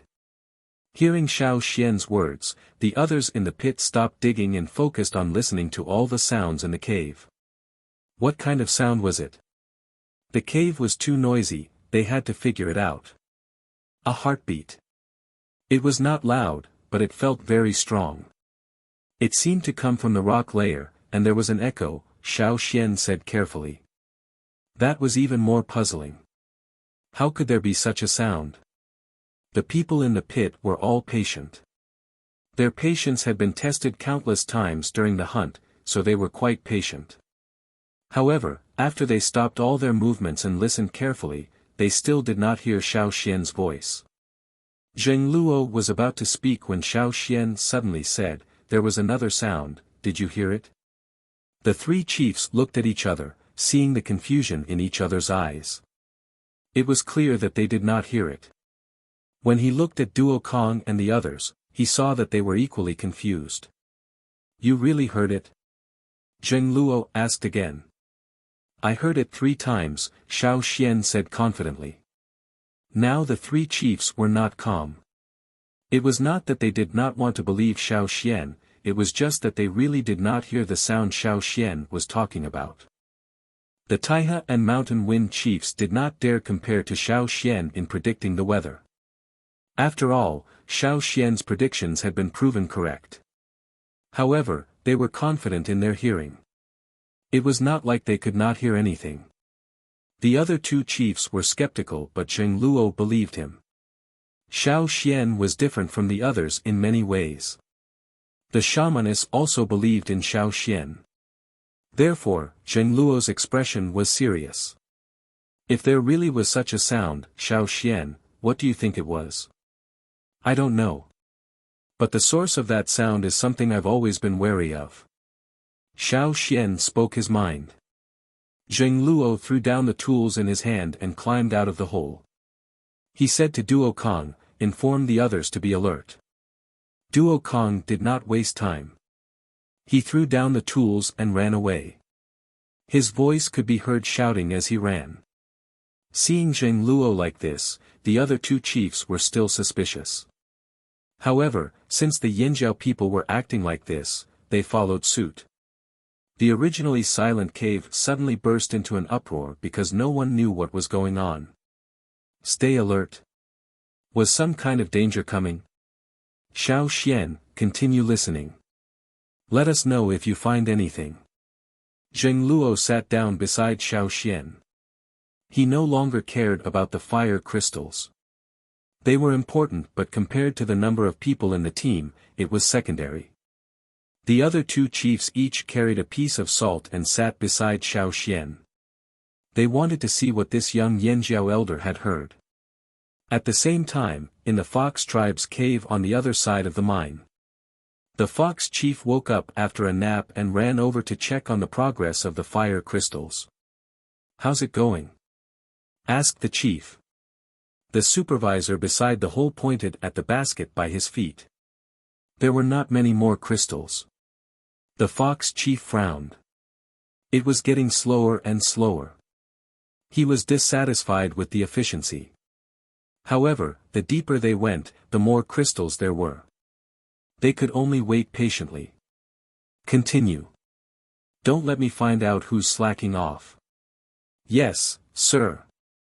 At the bottom of the hole, one of the Fox tribe's warriors dug with his shovel.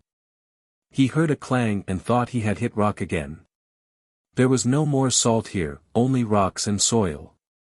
He had hit hard rocks a few times these few days, but this time, his tool was badly damaged. "Shit." Looking at the deformed copper shovel, the warrior threw the shovel in his hand away, picked up a few new tools, and continued to dig. "I want to see what kind of rock this is."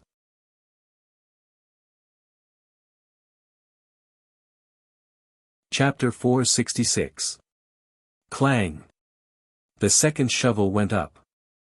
The blade of the shovel was deformed again, but there was no trace of the stone on the ground. "Hey, I don't believe that I can't get it out." The man used the deformed shovel to scrape away the dust on the ground and some small stones around him. After wiping away the dust, he finally saw the stone. There was a small torch on the wall of the pit next to him. With the weak light, the man saw a piece of white on the ground.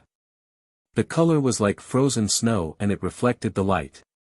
Could it be that he found a treasure? The man was overjoyed. While he was happy, someone squeezed over. What is this? Let me see. Hey, why are you squeezing over? I dug it out. The man shouted. What's wrong? The others in the pit heard the noise and came over. They saw the white on the ground and looked at it carefully. They didn't know what it was. They had never seen it before. Is this ice? Someone said. Let me touch it, it's cold, but it's not ice. It's hard. Someone squatted down and touched it with his hand. It's not ice. I think it's a kind of crystal. An older man guessed. Crystal. Not only the man who found the stone first, but the others' eyes also lit up. Crystal was good. Although the price was different, even if it was only used for decoration, it would sell well in the city. Especially the slave owners, they liked it. However, in this salt mine, in this place where the fire crystals existed, it might be something extremely precious. Didn't you see that 2 of the shovels were broken? I'll report to the chief. The man with the fastest reaction rushed out of the pit and went to the chief to ask for credit. The others were slower. They stomped their feet in annoyance. Why are you in such a hurry? Are you in a hurry to die? The man who dug out the suspected crystal didn't leave. He was guarding his own piece of land. So what if someone went to ask for credit first? He dug out this piece, and the chief would reward him handsomely. The others in the pit were quick-witted. Seeing that there was a white piece under the man's feet, they quickly picked up their tools and quickly dug down. The others also reacted. Since the fire crystal was not only found in one place, then did they have such a crystal under their feet? That person had only dug deeper than them. Sure enough, after a short while, there was another crisp sound of metal colliding with hard objects. Huh, I found it too. Me too. Same here. After removing all the rocks and soil, the people in the pit found that the ground beneath their feet was filled with this kind of white crystal, all of it. They couldn't find the edge at all. Perhaps, this crystal was much bigger than they had imagined. It was an entire crystal slab. Hiss, so hard.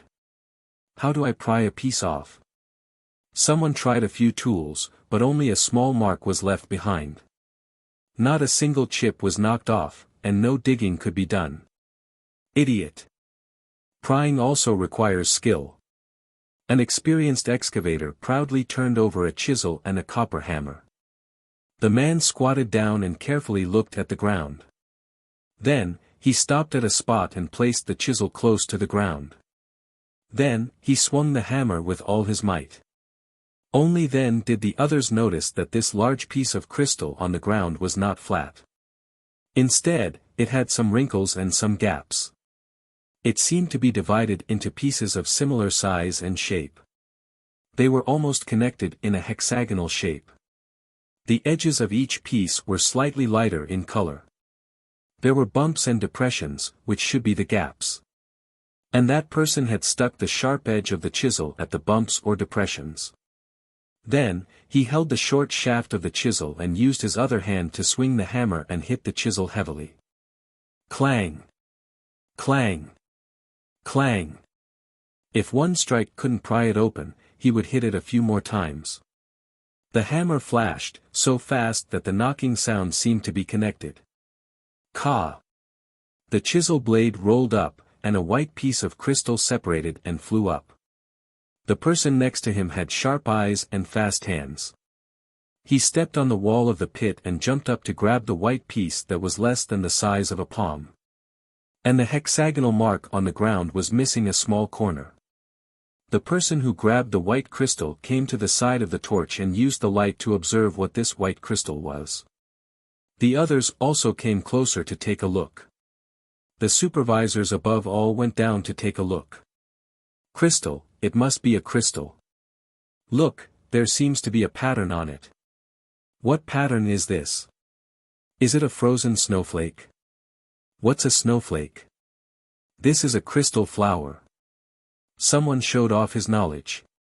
It looks like it. The person holding the crystal bit it and shivered from the cold. It's cold. It's so hard. Quick, pry a few more pieces off before the chief comes. The others thought the same. They didn't waste any more time and quickly snatched the chisels and hammers. Those who couldn't snatch anything started fighting. There were not only fox people in this pit, there were also Shan tribesmen. When it came to benefits, it was easy for conflicts to arise. The person who got the chisel started swinging the hammer. The fox chief was discussing with the Shan tribesmen about their gains and future plans. The people they sent out had already found out about Taiha and Mountain Wind's movements. However, the people they sent out to spy on them were discovered and lost. They were killed by the enemy. The three tribes were coming aggressively and the situation wasn't looking good either. They didn't know if they would come over to snatch their things, so they had to be on guard. They had made long-term preparations. Although they didn't expect the weather to change so drastically, they had food and fur. They also collected a lot of firewood. As they were discussing, the person digging for the fire crystals came over excitedly to report that they had found a new crystal. This was indeed good news. The fox and Shan chiefs stopped talking and hurried over to see what was going on. If it's really a new crystal, I wonder how much it's worth. The Shan chief walked towards the pit with a face full of joy. No matter what, it's a good thing. I told you, you won't lose out on this choice. The fox chief was excited too. Let me see, what kind of crystal is it? They did not notice that the bird from the Shan tribe and the fox from the fox tribe, who had been ignored for a few days, were now trembling all over. They tried their best to hide in a corner, trying to reduce their presence. No one dared to pull them away, no one dared to call them out. They were as still as rocks. It wasn't that they didn't want to make a sound. They were too scared to make a sound. Everyone else thought they were just frozen. In Yanjiao's salt cave, Xiao Xian listened carefully to the heartbeat. The interval between each heartbeat is shorter now, it's louder too. Xiao Xian described what he heard to Zheng Luo and the others. Even if the three chiefs couldn't hear it themselves, their hearts pounded nervously as they listened to Xiao Xian's description. They couldn't hear it themselves, but they had to rely on others to tell them. It didn't feel good. Wait. Something's wrong. Xiao Xian's sudden words made the three chiefs jump up. What's wrong? The interval between heartbeats is shorter, it's getting louder. It's changing so fast. Xiao Xian broke out in cold sweat. He didn't know what it was just a physiological reaction. He couldn't control it. The three chiefs' hearts were in their throats. They stared at Xiao Xian, waiting for Xiao Xian to continue. But Xiao Xian's next words made them feel like they had fallen into an ice cave. Chief, I have a guess. Xiao Xian gulped, suppressing the trembling in his heart. He hadn't felt this way in a long time. He still remembered when he got lost during his early days of hunting. You. Tell us. Zheng Luo stuttered. I suspect that there's a king beast down there. Xiao Xian said this sentence word by word. Every word he said was like a hammer hammering into the hearts of the three. King. King, the three chiefs opened their mouths but couldn't finish. King beasts only existed in the records left behind by their ancestors. Most of them had only heard of them. Even the ancestors who left behind the records may not have seen them with their own eyes. They only knew of such creatures from their ancestors' records, from the stories passed down from generation to generation. No one wanted to face a king beast. It was a true king. In the stories passed down, there were many stories of a king beast destroying an entire tribe. They didn't want to know the truth of the stories, but they couldn't deny that no one wanted to meet such a legendary creature. But now, they really hoped that Xiao Xian was scaring them, that it was just Xiao Xian's imagination.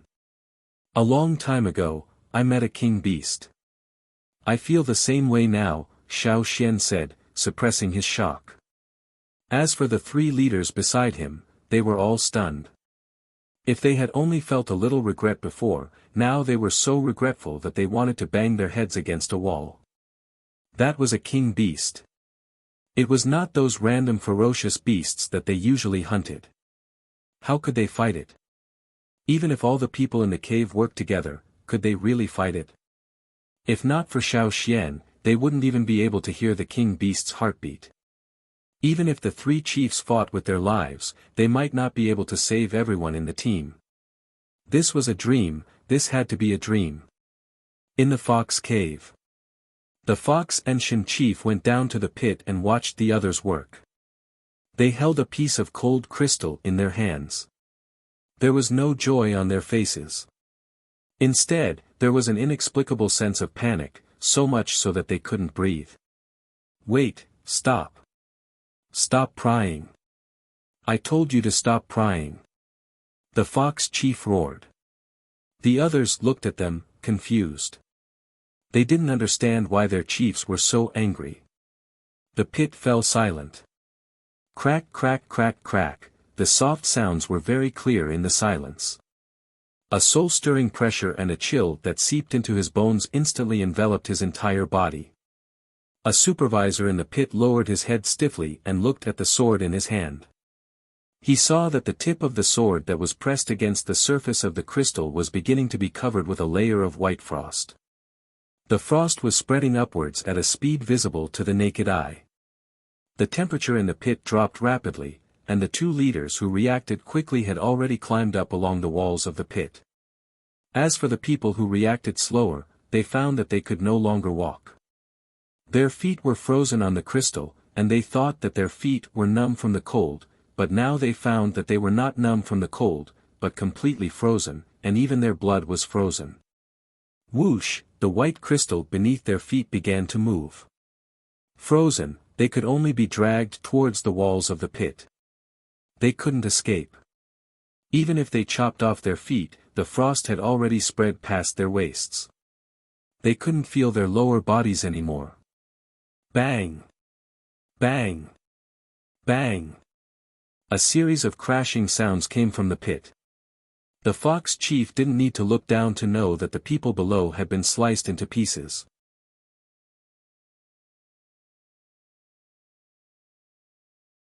Chapter 467. There was a sizzling sound in the cave, like the sound of rocks rubbing against each other. The ground under his feet trembled with these sizzling sounds. White frost quickly spread out from the pit where the fire crystals were dug out. It was like an unstoppable tide, spreading to the surroundings with great force. The fox and Shen chiefs no longer had any other thoughts, they just wanted to leave this place as soon as possible. They were panicking, their faces pale. Perhaps they had realized what was beneath them. They regretted it even more than the flaming horns. Why did they have to dig so deep into the ground? If they had found out earlier that there was an irresistible giant beast below, they would have been extremely careful. Even if it was snowing outside, they would have taken the fire crystals that they had dug out and returned to the tribe through the night. They would have given up the salt mine and everything here, and never come back again. But now, it was too late to regret. They had already opened the door to violence under the wind and snow. Run! Get out of here, shouted the fox chief. He was no longer calm. Instead, he was filled with panic and despair that even he didn't want to believe. The other fox and Shen people in the cave did not know what was going on. They just felt their hearts skip a beat. It was a sense of oppression and fear. For a moment, their legs turned to jelly. Hearing the fox chief's words, chaos broke out in the cave. Some pushed aside the rocks blocking the entrance and rushed out. Others huddled against the walls. Those who were lying in the cave, those who were sleeping or those who did not have time to react were trampled to the ground by the people rushing out. They wailed in pain but no one spared them a glance. Even if they wanted to help, they could not. At this time, even the slowest person would have realized that something strange had happened in the cave. After all, they had lived in the mountains and forests for a long time, so they had a basic ability to predict danger. The stronger ones forcefully pushed the people in front of them aside and squeezed their way out. Due to the limited width of the cave entrance, it was fine when nothing happened. Now that something had happened, everyone wanted to rush out. If they were careless, they would be blocked, and people would be squeezed out of shape. The fox chief ran out from the depths of the cave. He stepped on the heads of the people blocking the entrance and rushed out. The others realized this was possible too. They followed suit. Some jumped too high and hit the ceiling, bleeding. They did not even wipe the blood off, continuing to rush forward. Some pushed aside the people in front of them. The cave became more chaotic. The more anxious the people were, the more they felt there was danger. Didn't they see the chief running out? Crack, crack, crack. In the lower layer of the salt cave, the white frost continued to spread out quickly. Some people who were stuck at the back felt that the temperature around them had dropped sharply. The water vapor that they exhaled was instantly condensed. Their skin was frozen into a block without any warmth. Fortunately, they had moved away from the pit and were not close to the fire crystals. Compared to those who were directly frozen, they were in a much better situation. These changes were not limited to the fox's cave. In the Shan cave, more than 500 people were brought here by the fox and fox tribes. There were still some before, but they were killed by the Yanjiao people who came to the mines. There were fox and Shan people in this cave too. They were guarding the deeper parts of the cave. There was still salt to be mined. They were guarding the cave to prevent outsiders from taking it away. At the same time, they were keeping an eye on them to prevent them from digging too. There were more than 1,000 people in the cave. When they discovered the frost in the lower layer of the cave, those guards felt something was wrong. Feeling the power that made their scalps numb, the ground under their feet trembled differently than usual, and hearing the chi-chi sound from the rocks, they immediately fled outside and left this cold place. Similar changes were happening in the other 3 caves. The Yanjiao cave was already covered in white frost. Seeing this, Xiao Xian and the 3 chiefs hurriedly moved out of the way. The change was too sudden and too fast. The ground beneath their feet was covered in a layer of frost. There was no place for them to hide in the cave. They had to step on the frost. Luckily, this only happened in the lower levels of the cave. Although the upper levels were cold too, it was much better. Zheng Luo moved his feet with difficulty and led the warriors from the lower level up. The coldness from the soles of his feet shot up his legs. His blood vessels felt like they were filled with ice. Should we escape? Zheng Luo asked Xiao Xian. Xiao Xian shook his head reflexively, then snapped out of it.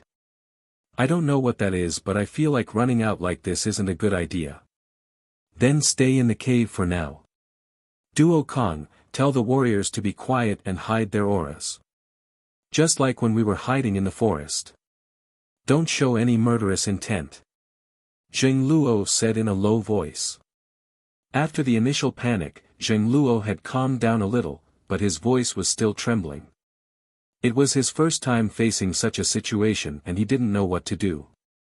But since Xiao Xian said so, he did as he was told. The Taihe and Mountain Wind chiefs were the same. They didn't dare to doubt Xiao Xian now. They didn't know what to do either. They would do whatever they saw Yanjiao. Because the people from the lower levels had joined in, there was almost no passage in the upper levels. Zheng Luo and the rest had to squeeze through the crowd. But with the 3 chiefs holding the line, no one dared to mess around.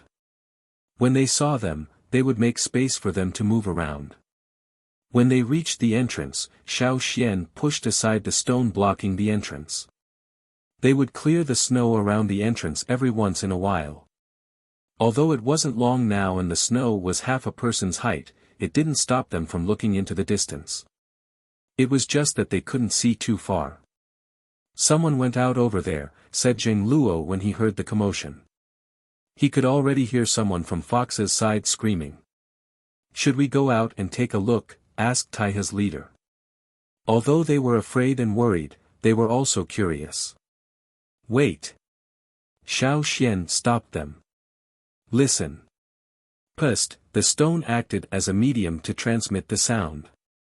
It sounded like something was moving under their feet. The cave was completely silent. Everyone else had been warned, and now they were filled with a sense of crisis. They held their breaths and held their breath. Therefore, the hissing sound in the cave was very clear, and it made the hair on their back stand up.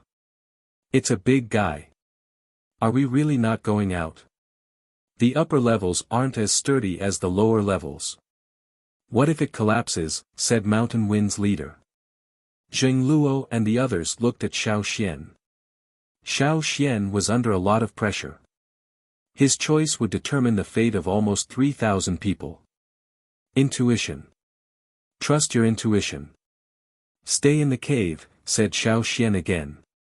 Then stay in the cave. Zheng Luo gestured to Duo Kong. Duo Kong gulped and squeezed into the cave to tell the other Yanjiao about Zheng Luo's decision. The person who didn't even hesitate when facing the beasts in the forest was trembling now. Taiha and Mountain Wind's leaders looked at each other, their eyes conflicted. The upper levels of the cave really weren't that sturdy, especially near the entrance. Otherwise, it wouldn't have collapsed so easily. It couldn't even withstand the attack of a giant beast, much less a king beast. It would probably collapse with one blow. If the cave collapsed, these people would all be buried. But if they ran away before the giant beast came out, maybe there was still a chance. Who would want to stay here and face a king beast? To wait for death. Even if the cave didn't collapse, they would freeze to death. The Mountain Wind chief had just said 2 words when the Taiha chief said to the person next to him, "We'll do the same as the flaming horns. We'll go in and inform everyone. We'll do whatever the flaming horns do." Mountain Wind's words were stuck in his throat. He wanted to say that they should run, but now, hesitation, still hesitation. Chief. The people around Mountain Wind's chief, Lanmu, were already urging them to leave. They were divided into 2 factions. Some agreed with Taiha and Flaming Horn's decision, while others thought that since the fox people had already escaped, they should escape too. We should. Before Lanmu could finish, the sizzling grew louder and the ground shook more violently. "It's coming out," whispered Xiao Xian. "It's coming out. What do we do? We were planning to run." Lanmu panicked. There was a loud boom. The ground shook, even the snow walls outside the cave shook. The road that had been cleared was once again covered by the snow that had fallen from the sky. Now, they couldn't see the situation outside. The cave entrance was pitch black. Screech, a long, coarse sound of salt being swept up by the wind and scraping against the rocks resounded between heaven and earth.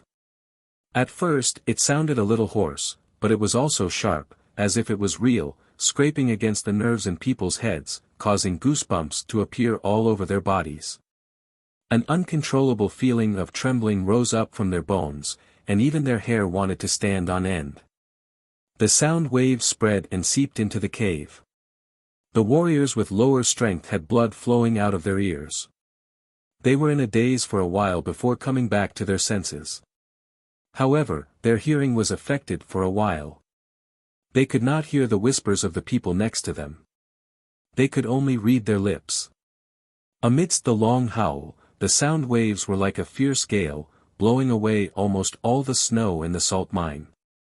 The 10-meter-high layer of snow shattered into snowballs of different sizes. It was as if time had reversed. They flew into the air and were swept away by the wind.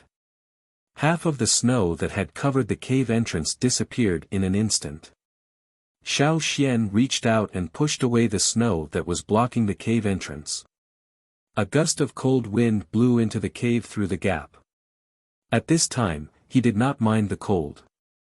Including the 3 chiefs, the people closest to the cave were all leaning against the rocks or standing on their tiptoes to see the situation in the distance. The snow at the cave entrance fell from 10 meters to less than 2 meters. A white, python-like beast rushed up from a part of the salt mine. When it leaped into the air, it swung its body and wantonly stirred up the snowstorm. It seemed that this kind of weather was not a difficult environment for it. On the contrary, this kind of weather made it very happy. It was so happy that it jumped up.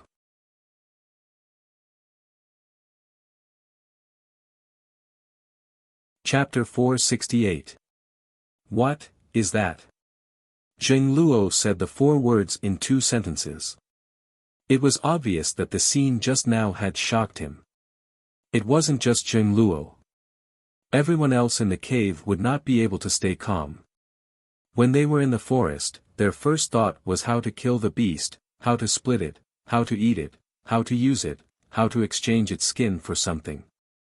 The moment they saw this giant beast, even though they couldn't see what it looked like due to the snowstorm, they still felt a sense of crisis as they looked at it from afar. They couldn't fight it. That was Zheng Luo's conclusion. It's a snake, right? Do snakes cry like that? Why would they come out in this weather? The 3 chiefs whispered to each other. Outside, the anaconda beast charged out of the salt mine and landed among the strange rocks around the mine. The snow-filled rocks rumbled. The strange rocks were easily swept away like decorations. A single swipe of its tail would bring down a large patch of rocks. All Xiao Xian and the others could see from inside the cave was rocks being swept up into the sky and thrown far away. Duo Kong gulped again. He wanted to speak but no words came out. This was the first time he felt this way since he was born. The ferocious beasts in the forest, even the most ferocious beasts he had ever encountered, were simply insignificant compared to the one outside. It could sweep away the hard rocks without a scratch on its body. How could its skin even cut through? The anaconda beast leveled the ground in its path but cleverly avoided the salt mine. All the rocks were swept to the other side, as if it was purposely clearing a path. Xiao Xian even saw people being swept up along with the rocks. However, those people did not have any signs of life, as if they were dead. They were thrown away along with the rocks. Those were the people who had escaped. The chief of the fox tribe had wanted to escape with his men but they could not. The thick layer of snow and the buried rocks were a huge hindrance to them. Even if they wanted to avoid the beast, they could not just ram their heads into rocks. The giant beast was very fast, heading straight for the fox leader and the rest. Hearing the approaching commotion, the woman in the fox leader's arms tugged at him. Go back. They might not be able to escape, but they could take the risk and return. The fox leader frowned. He did not want to take the risk but the road ahead was blocked by the thick layer of snow. Even breathing became difficult after a while. Even if he got out of the strange rock field, he still had to face the wider salt field, which was even more dangerous. Moreover, he didn't bring any food when he left the cave. The woman tugged at him again and gave him a look. Let's go back that way. The fox chief gritted his teeth and changed his direction. He turned back but not the way he came. Instead, he ran towards the Shen cave. He quickly waved the sword in his hand, sweeping away the thick layer of snow in front of him like a broom. He could also recognize the path ahead. If the sword hit a rock, he would go around it. Seeing this, some people followed him. Along the way, they met the chief of the Shen tribe and other people. Perhaps they all had the same idea and walked in the same direction. Other than them, there were others who returned too. However, they didn't head towards the Shen cave. Instead, they went back the way they came. Although they had missed the direction of the giant beast's sweep, the crisis was not over yet. Previously, when they escaped from the salt cave, they had a hard time avoiding all kinds of rocks. Now, in a large area near the salt mine, there was nothing left except for some traces of rocks on the ground that could easily trip people. There was no thick layer of snow, no irregular rock forest. They turned back quickly. To avoid being targeted by the beast, they did not even dare to look behind them. They did not stop at all, running as fast as they could towards their destination. Hence, the people who escaped from the cave were split into 4 groups. One group still wanted to leave this place and ran further away. Another group was scattered in the rock forest and lost their way, enduring the pressure of the snow and the lack of oxygen. The third group went back the way they came, back to the cave. The fourth group followed the fox chief, heading towards the Shin cave. There were 5 caves in the salt mine, located in 5 different locations. That was why Xiao Xian and the rest had no way of knowing what was going on over there. However, based on the current situation, staying in the caves was indeed the best choice. At least, that was the case for now. They had not escaped under the snow, but they could imagine how difficult it was. What do we do? Hearing the rumbling sounds from afar, even the arrogant Lanmu, the mountain wind chief who liked to look down on others, could not help but tremble. He lowered his voice and asked the others. As a chief, he was helpless against such a beast. At the same time, he was relieved that they did not go out. If they did, they might not have been able to escape. The others were silent. The weather change was enough for them. Who knew there was an even bigger problem? This was not something they could deal with easily. If they really fought, they did not know what kind of price they would have to pay. It was possible that they would all be wiped out. They did not know what to do. They had never experienced something like this before. Hence, the 3 chiefs looked at Xiao Xian again. Up until now, Xiao Xian's decision had been correct. Xiao Xian, any ideas? Asked Zheng Luo. Xiao Xian thought for a moment. Send someone down to check. If it's not as cold as before, send a group down. I'll go. Duo Kong volunteered. He just wanted to find something to do. Otherwise, he would feel uncomfortable. This was the first time he felt this way. The beast outside was still clearing the strange rocks. It was probably circling around the salt mine area. Every now and then, it would appear in Xiao Xian's field of vision. Do you guys think it noticed us? Asked the Taihe chief. Zheng Luo and Lanmu looked at him at the same time but did not say anything. The beast that looked like a giant python did not seem to be in a hurry to come over. Instead, it was slowly clearing the area around it. Xiao Xian, how do you feel? Asked Zheng Luo. Instead of asking the other 2 chiefs, it was better to ask his own tribe's elder. How do I feel? Xiao Xian thought carefully. I feel that it's in a good mood. The 3 chiefs were disappointed. No matter whether the beast was in a good mood or not, it was not good for them. Duo Kong had already returned from the lower level. He arranged for some people to go down. The crowded cave was suddenly much more relaxed. The air was much smoother, but it was still cold. Looks like the frost came from that beast. If it comes this way, we have to avoid it, said Duo Kong. After running for a while, his body was not so stiff and he could speak more clearly. Now that he thought it through, so what if he died? He was not lonely with so many people. It was just a pity that he could not see Duo Li get married and have children. Just as Duo Kong finished speaking, he heard Xiao Xian say, "It's coming." The beast outside was heading towards the salt mine. It was neither fast nor slow. It even had the mood to clear the uneven ground. When it swept through the strange stone forest, a layer of snow fell on the place it had swept, so it left a long, winding trail behind it. The beast was heading towards Xiao Xian and the others. Seeing the situation outside, they were terrified. They prayed in their hearts, "Don't come here, please don't come here. Go and harm Fox and the others." The beast climbed up the salt mine. As it got closer, Xiao Xian could see it more clearly. The giant beast did indeed look like a snake, but its head was different. It was more angular, and there were also some protruding icicle-like things distributed around its head. As the beast approached, the temperature in the cave dropped. Xiao Xian gestured for everyone to back off. Luckily, he had arranged for some people to go to the lower levels. Otherwise, they would not be able to retreat quickly. After the beast climbed up the salt mine, it passed by the top of the cave. Even without light, Xiao Xian could hear the sound of frost in the cave. Whoosh, the giant beast's scales scraped against the uneven surface of the salt mine, and the sound was clearly transmitted into the cave. It was like a brush covered in ice, sweeping over everyone's heads.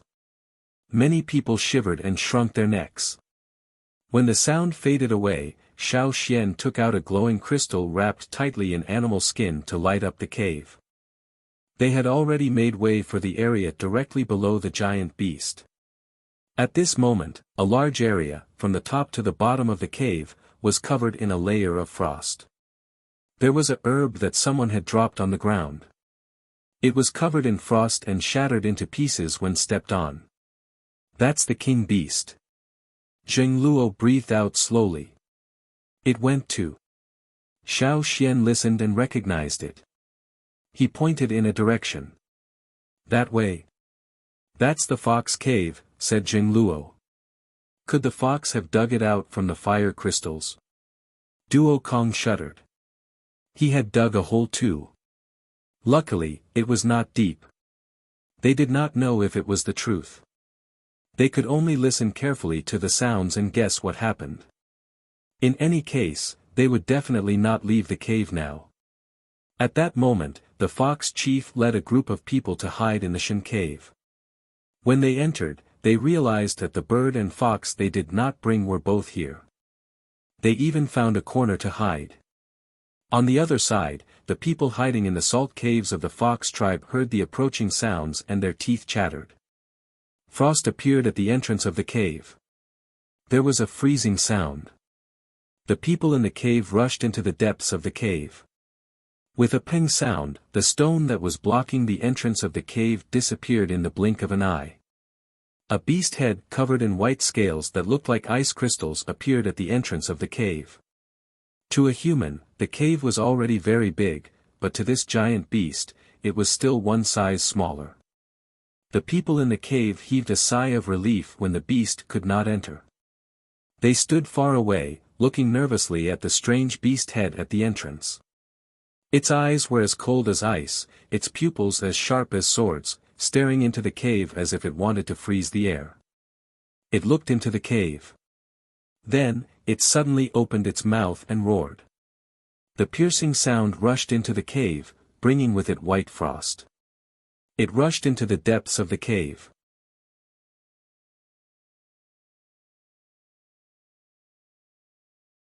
Chapter 469. The inside of the cave was pitch black. In the deepest part of the cave, where the fire crystals were dug out, about 10 people were waving their weapons, trying to pry the fire crystals out of the ground. When the incident happened, the fox and Shen chiefs were in a hurry to escape. They did not have time to take the fire crystals with them. The basket of fire crystals beside them was kicked over. The fire crystals scattered on the ground, frozen by the frost from the pit. There were indeed some who left with the fox tribe's chief, but there were also some who did not manage to escape. They missed the best chance to escape and stayed in the cave. Some of them felt that staying in the cave was the safest, so they did not follow their chief out of the cave. Now, the leader was not here, and the people in the cave were either dead or injured. No one cared about them. According to the people who ran out and came back, there was a huge ferocious beast outside. They could not fight it, so they could only come back and hide. Some people knew about the fire crystals, so they came here, trying to pry the fire crystals out of the ground. The fire crystals were very attractive to totemic warriors. 4 people were digging, 1 person holding a torch. Not far away, there were about 20 people guarding, preventing others from coming over to take the crystals. Fortunately, the people who escaped into the cave did not rush all the way to the innermost part of the cave. They were worried that the innermost part of the cave was not safe because there was a lot of frost and people who had frozen to death. If it was safe, the 2 chiefs would not have run out. Beside the fire crystal pit, the person holding the torch felt cold even though he was close to the fire source. The ground around him was covered in white frost. They didn't see what happened here with their own eyes, but they could guess from what they saw. Hurry up. The guard not far away urged them. They felt that the surroundings were too cold. It would be great if they could use the fire crystals. It's just a fire crystal. Why are we taking so long? Someone muttered. Easy for you to say. Do you know how hard the ice is? The swordsmen were panting. They didn't understand why the closer they got to the hole, the harder the ice became. Moreover, the ice here was different from the ice outside. It was too hard. Even though half of the fire crystals were already exposed, it was still difficult to pry them out.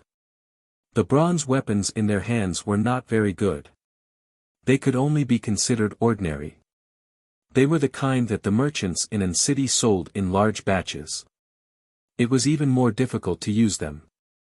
As the swords and sabers slashed down, ice shards splashed onto their faces, necks, and mouths. A warrior shrunk his neck and shook his body. He stuck out his tongue and licked the ice chips that had splashed onto his mouth. Salty, the man said. Nonsense, of course the water in the salt cave is salty. Hiss, so cold. Suddenly hearing the noise, a warrior who was guarding not far away asked in a trembling voice, what happened outside the cave? The restlessness of the crowd in the cave made them very uneasy. He could vaguely hear someone shouting, it's outside, it's outside. That giant beast has come in. The people guarding there panicked. No, it can't come in. It definitely can't come in. It wasn't clear whether he was comforting himself or convincing others. But the people in front, before he finished speaking, they heard a roar. At this moment, the people in the upper level of the salt cave seemed to have encountered a strong wind with frost. It blew so hard that they stopped breathing and couldn't open their eyes. It was as if they were in a snowstorm outside the cave. In the lower level of the salt cave, a warrior raised his hand to block the wind. The wind here was not as strong as above. After all, there were many people in the upper level of the cave. They blocked most of the strong wind. Hey, the people in front, what happened? A warrior shouted against the wind. No one responded. Caw caw caw, they seemed to have heard such a sound in their ears. Beside the fire crystal pit, the people who were holding weapons to pry out the fire crystals also stopped. The torches beside them had been extinguished by the wind just now. The heat source disappeared, and the cold was bone-chilling. The warrior who held the extinguished torch quickly hid in a sunken place behind the pit based on his memory. He took out the prepared tools to ignite the fire with his back to the wind. He skillfully identified the gelatinous substance smeared on the end of the ignition stick. Then he took out a flint and rubbed it. Whoosh, the flame ignited on the ignition stick. The fire was not hot enough. He wanted to ignite the torch. The wind became weaker. He should be able to ignite the torch. However, before he could ignite the torch, the fire on the ignition stick went out instantly. Damn it! After cursing, the warrior felt the temperature around him getting lower and lower. He breathed in the air that almost froze his lungs. He whispered to the warriors who were digging for the fire crystals a few steps away, do any of you have any fire sticks? I've used up the last one. No one responded. There was dead silence around. The warrior wanted to say something, but he found that his consciousness seemed to have begun to leave this body. He could no longer feel the cold around him. He only felt that his body was heavy and stiff. He could not move until he completely lost consciousness. If there was light, one would find that the warrior was covered with a layer of frost from his face to his feet. A few steps away, the people who were digging for the fire crystals were still holding their weapons. They stood there stiffly, without any breath. There were more than 20 guards not far away, but there was no heartbeat. The cracking sounds around continued. The frost covered the entire upper and lower levels of the salt cave. All life stopped. On the other side, in Yanjiao's salt cave, the three chiefs were expressionless. They did not know what expression to show. They had heard the sound just now. They could feel the murderous intent in it. Strangely, the murderous intent was not very strong. It was a gut feeling. Maybe it doesn't care about us at all. It just wants to take revenge on the people who disturbed it. Xiao Xian tried to sound positive. Although he wanted to comfort them, he was not spouting nonsense. Just like when he got lost in the King Stoneworm's cave, the stones around him were changing.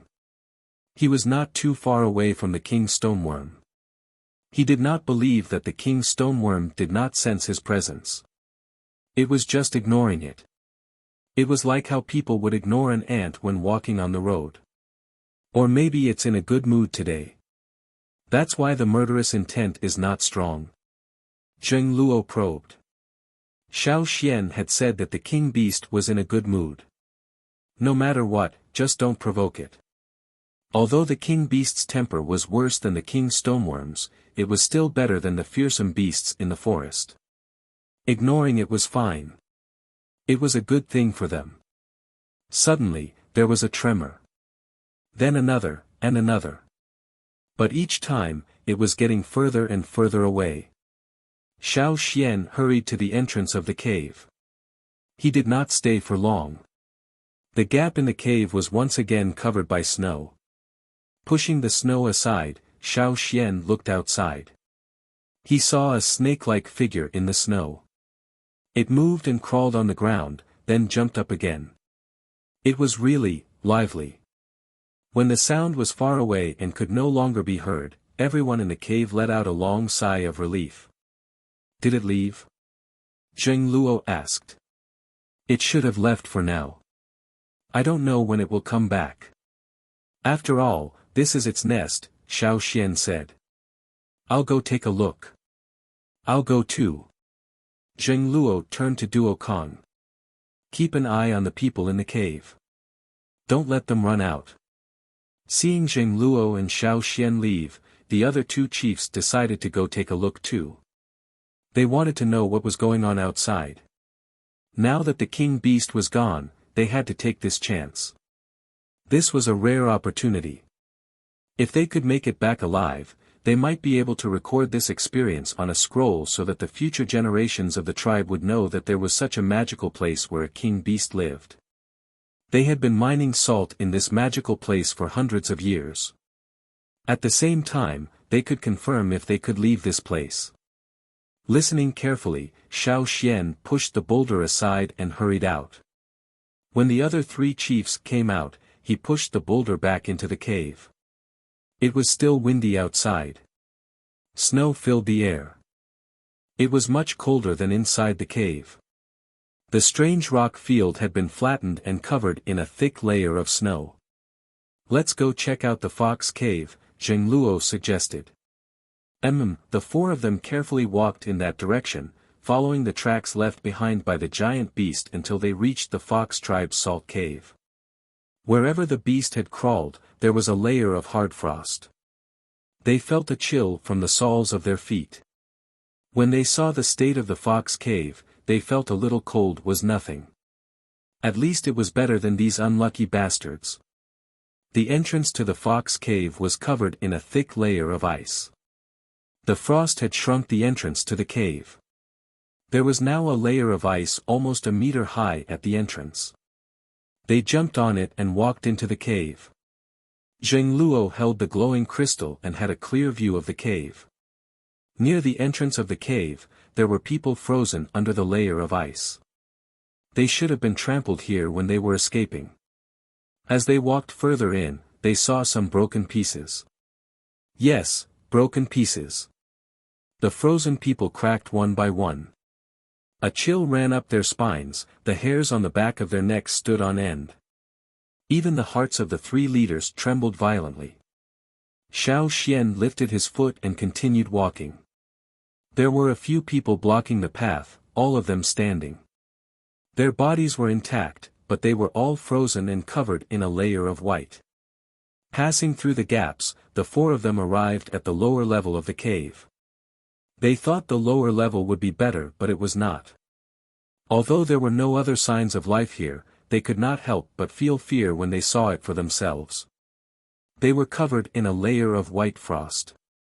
They could vaguely make out their expressions and guess what they wanted to do before they were frozen. Fire crystals. As they got closer, Zheng Luo sensed the presence of fire crystals. As soon as they heard the words, fire crystals, the other two leaders immediately cast aside the fear they felt just now. Seeing the frozen fire crystals on the ground, the three chiefs became enthusiastic. The king beast was not here, there were no other living people in the cave and there were fire crystals on the ground. What should they do? Dig.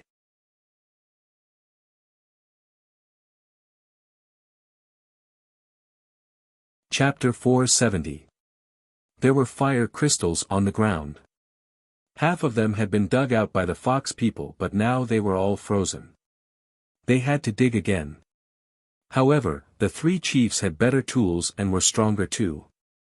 With the illumination of the glowing crystals, they dug faster.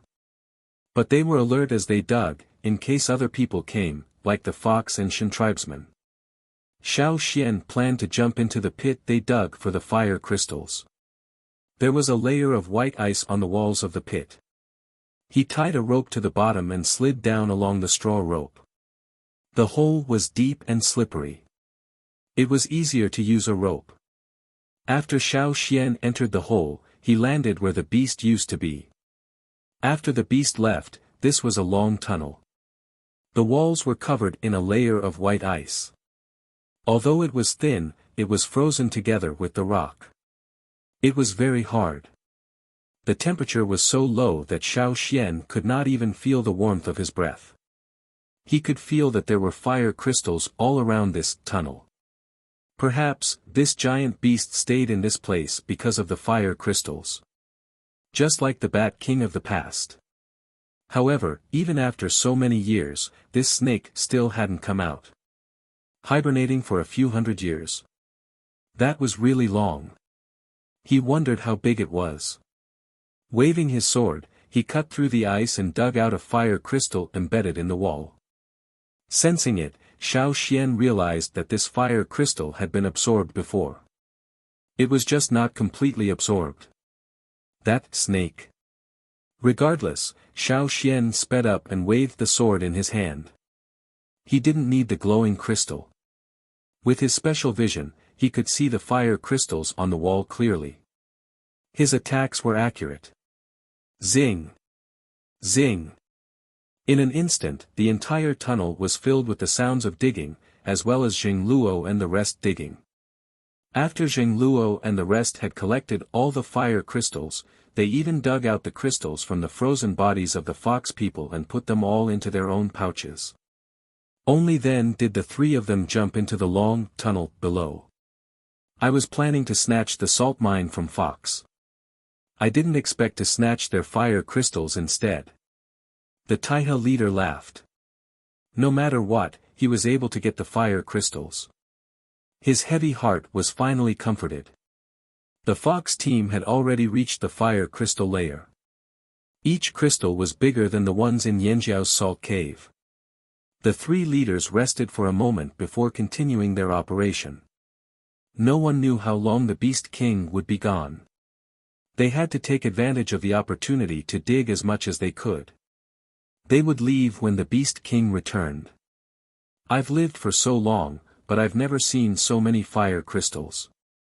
The Taiha tribe's leader's breathing quickened. No one knew if he was tired or happy. I've lived for almost 80 years, but I've never seen so many fire crystals. Lanmu of the Mountain Wind tribe sighed. Xiao Xian paused in his digging. Zheng Luo was silent too. The Taiha leader glanced at Zheng Luo but didn't say anything. The three leaders looked about the same age, around 40 years old. But in reality, they were much older than Zheng Luo. Perhaps others who didn't know the Yanjiao tribes didn't know this, but the Taiha tribe, who had lived with the Yanjiao for a long time, knew that among all the tribes, the Yanjiao had the shortest average lifespan. Xiao Xian only found out later. He had sensed it on the other side of the sea but wasn't sure. He only found out after coming here. The Yanjiao people were different in many ways, but there was one thing that made them different from other tribes. They were like the most ordinary people without any power. That was their lifespan. Among the people from the Taiha tribe who came this time, there were many who were over 100 years old, but they looked like they were still in their prime. However, in the Flaming Horn tribe, those over 100 years old, even if they were still alive, would definitely not be able to hunt. They could only help with farming and couldn't do anything too tiring. At the end of their lives, they would age very quickly. Because their lives were incomplete. This was something they didn't expect when the fire seed split. The reason why the ancestors felt so guilty in the notes they left behind was not only because they could not return to their homeland, but more importantly, they felt the punishment brought to them by the splitting of the fire seed. They did not have a complete lifespan. The Flaming Horns were stronger than other tribes in many aspects, but in terms of lifespan, there was a knife hanging over their heads. Before they could finish their journey, their lifespan would be cut off mercilessly. Perhaps the shaman on the other side of the sea knew about this too but didn't tell anyone. Plus, the Yanjiao tribe had always been isolated from the rest of the world, so no one noticed this problem. They didn't feel any negative emotions or pressure. The people here didn't interact much with the outside world either, so most people didn't know. Perhaps some of the warriors knew but kept it to themselves. Back then, the ancestors of the tribe allowed intermarriage with other tribes. Perhaps they wanted to use this opportunity to solve this problem. Unfortunately, it didn't work. The blood of the Flaming Horns was too strong, and the blood of other tribes couldn't suppress it. When Xiao Xian first came here, most of the ancestral notes he read were filled with guilt, but they didn't mention the reason. It was only when Xiao Xian returned to the tribe from Gongjia Mountain and practiced controlling the ancestral bone ornaments that the shaman told him. Many people in the tribe knew their lifespan wasn't as long as other tribes, but they didn't know the reason. Some people thought it was because the Yanjiao people's lifespan was used to increase their strength. They were given divine strength, so they were stripped of other things. Many people felt better when they thought about it this way. The shaman didn't tell them because she didn't want them to have such a slim hope. Generations passed. It had been almost 1,000 years, but they still couldn't go back. They didn't know when it started, but this was selectively forgotten. Only the higher-ups of the tribe knew. Zheng Luo knew, the shaman knew. Others didn't know the real reason. Xiao Xian's arrival was a ray of light, a ray of hope. In the past year, the shaman had sent a few batches of people to the seaside. Xiao Xian had been waiting for an opportunity to move the entire tribe. Unfortunately, they never found the opportunity. No one knew how long it would take for the opportunity to come again. Go back. How? As Xiao Xian pondered, he became absent-minded while digging for the fire crystals. The Mountain Wind Chief was puzzled. What was with the atmosphere? He suddenly felt stifled. I'll take a look around first. Xiao Xian passed the fire crystals to Zheng Luo and ran along the tunnel. As he ran, Xiao Xian identified his bearings and calculated the distance.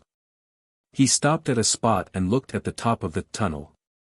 This should be close to Yanjiao's salt cave. It wasn't directly above, but diagonally above. He didn't start digging immediately. Xiao Xian walked along the tunnel until he reached the end. This was where the king beast had emerged from the ground. But the entrance was already frozen. A very thick layer of ice blocked the entire entrance. The closer he got to the entrance, the colder it got. Xiao Xian didn't walk over. He listened carefully. When he didn't hear the sound of the king beast outside, he turned back. The king beast had frozen the entrance. It probably wasn't going to come back anytime soon. He called Zheng Luo and the others over and told them his plan. He planned to start digging below Yanjiao's salt cave. If they were going to be trapped here for a few more days, would they have to come down from Fox's place every time? The Fox tribe was clearly being targeted by the Beast King. If they went there, they might provoke the Beast King. Besides, most of the Fox and Shan tribe members weren't here. If they came back, a fight would be inevitable.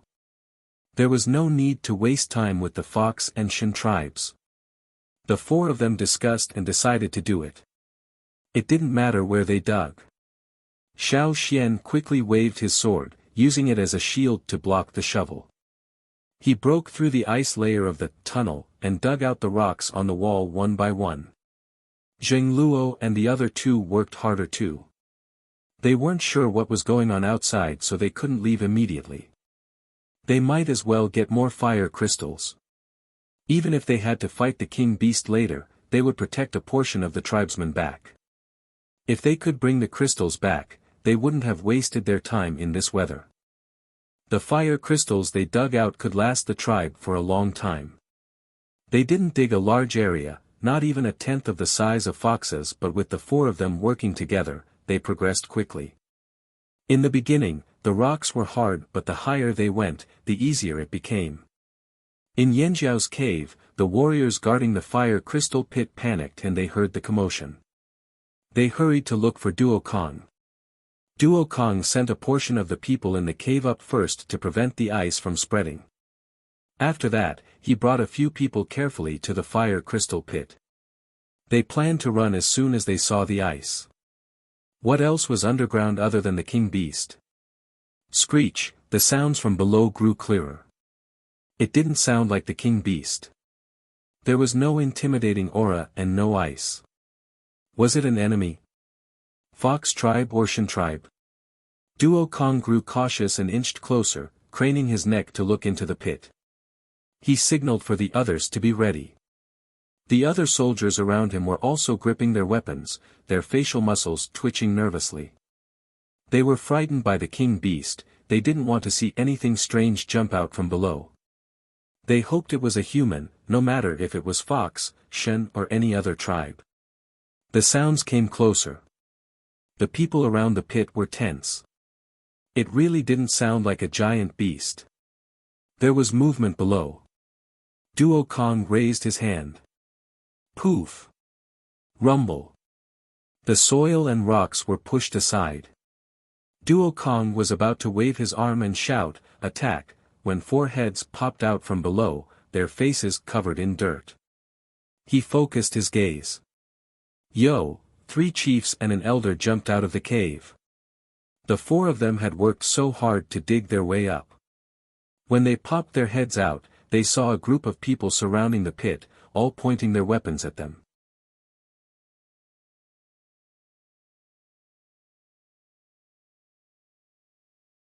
Chapter 471. Seeing that it was these 4 people who had appeared, Duo Kong was stunned. He rubbed his eyes in disbelief and looked again. "Chief, why did you come out from below?" Duo Kong laughed dryly and put away his axe. The others did not dare to fight the 3 chiefs and 1 elder, so they put away their axes just as quickly as Duo Kong. But they were still confused. Didn't the chief go outside? Why did he come out from below? Duo Kong found someone to throw a rope and Xiao Xian and the others climbed out of the hole one by one. Zheng Luo explained the reason briefly and then sat down on a rock not far away, panting. Although they were relatively strong, they had never stopped digging from the tunnel down here. They were also afraid that the king beast would come back if they were too slow. They were so tense that they finally relaxed. Duo Kang's eyes lit up. That means if we can't leave, we can jump down here every day to dig for fire crystals. That's right. Chief, you rest first. I'll continue digging. Duo Kong rubbed his hands. The king beast was less afraid now. The fire crystals were more attractive. Don't bring too many people. Be alert. Come back if you notice anything wrong. Don't be greedy. Zheng Luo reminded. Also, clean up the dirt in the tunnel. There was a lot of dirt in the tunnel because of their digging. If the king beast entered the tunnel again, they wondered if it would be angry at the dirt. They shuddered at the thought of the fox's salt cave. It was too tragic. Not a single person on the upper and lower floors could avoid it. Got it. Duo Kong called a few people over. They put on their equipment and slid down the rope. The other two tribes had the same idea. They would not miss this opportunity. They grabbed the rope and slid down too. Xiao Xian, when can we leave? Zheng Luo asked. I don't know. Wait. Xiao Xian took out a rope, planning to do another divination. He wanted to know about the king beast, but the divination failed. After so many times of divination, Xiao Xian had already gained experience. Generally speaking, it was very difficult for him to divine people or beasts that were far more powerful than him.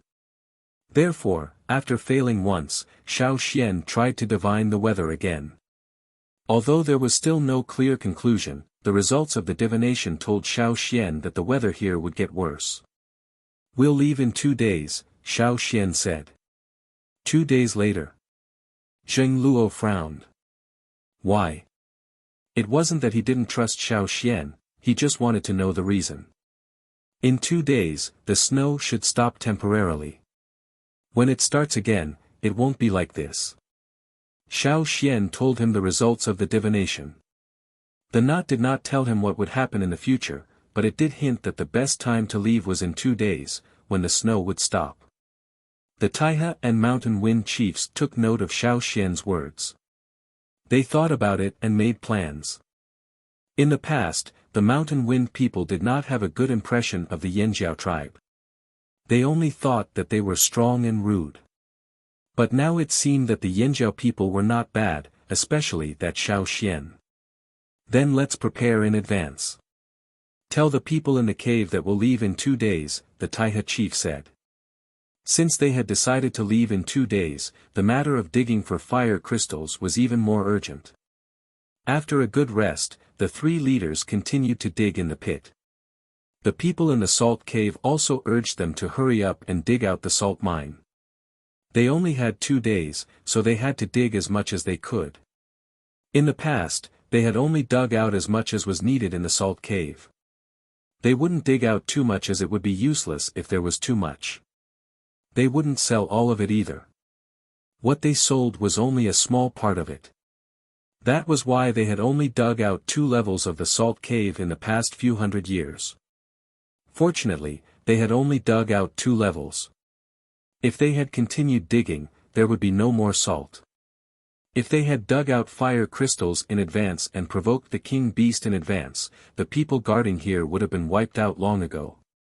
After a few days of idling, the warriors of the 3 tribes felt much better now that they had work to do.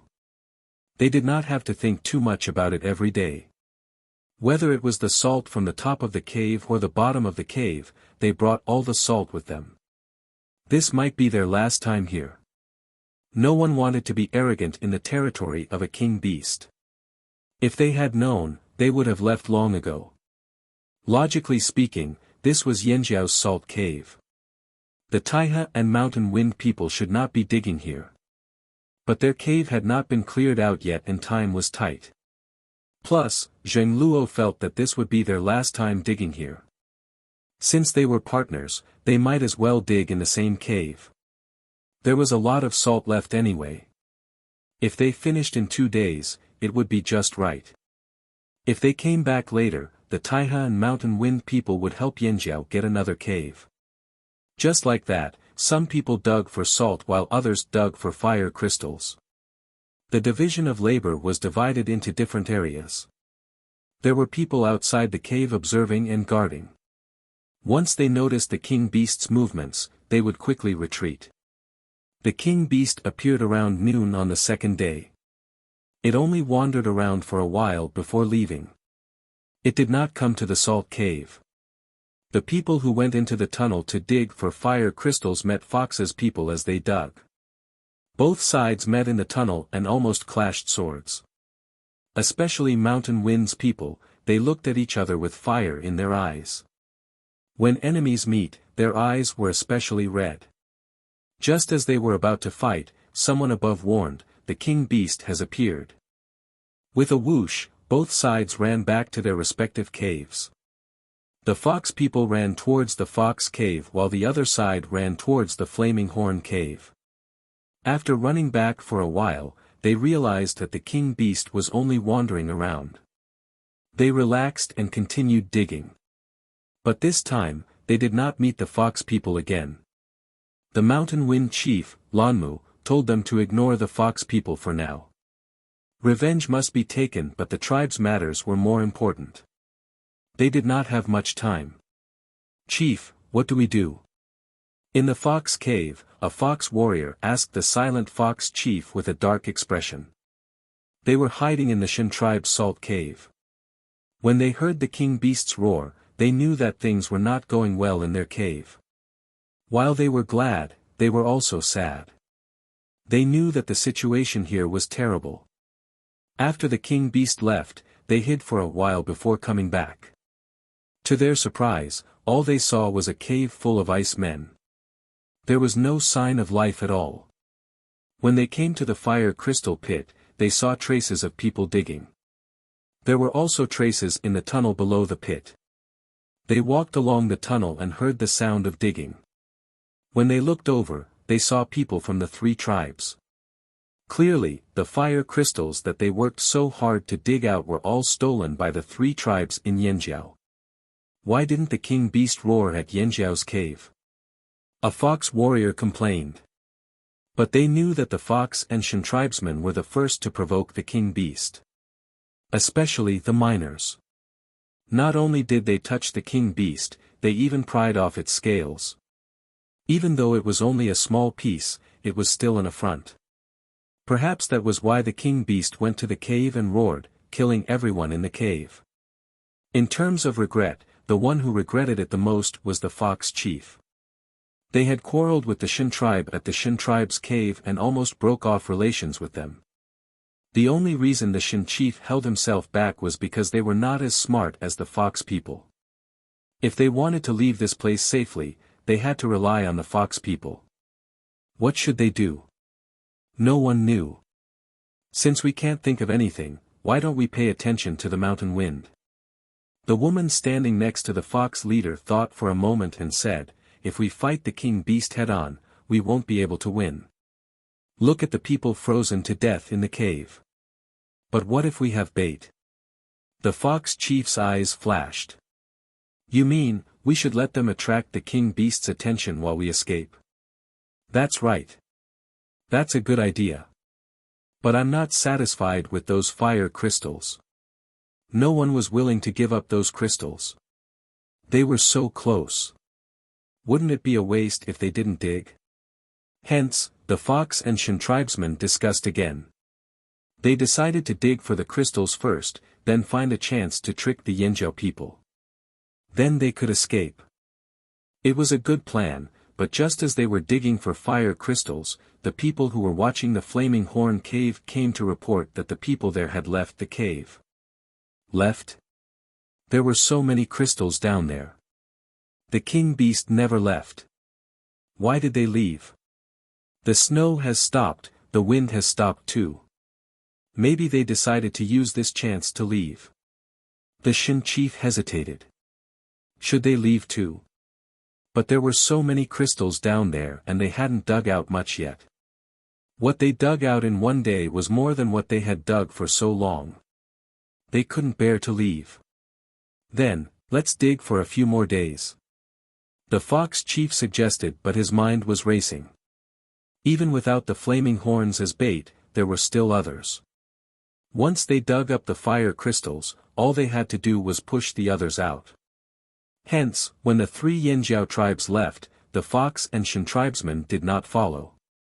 Instead, they continued to dig. The people the fox invited over with salt knew about the existence of the crystals. Even if they were asked to leave now, they wouldn't be willing.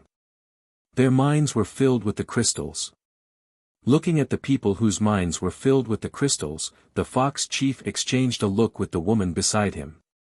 The corners of his mouth curled up. People who had lost their minds were the easiest to manipulate. They were the best bait. At this moment, the Yanjiao tribesmen, Taiha and Mountain Wind walked out of the cave, heading towards the white ground. The snow on the ground leveled by the king beast was 6 to 7 meters thick. It was taller than the houses they lived in. And now, they were struggling to move forward in this snowy land. "Will we meet a king beast?" asked Duo Kong. "I don't think so, right?" Xiao Xian wasn't sure either. Hopefully, they weren't that unlucky.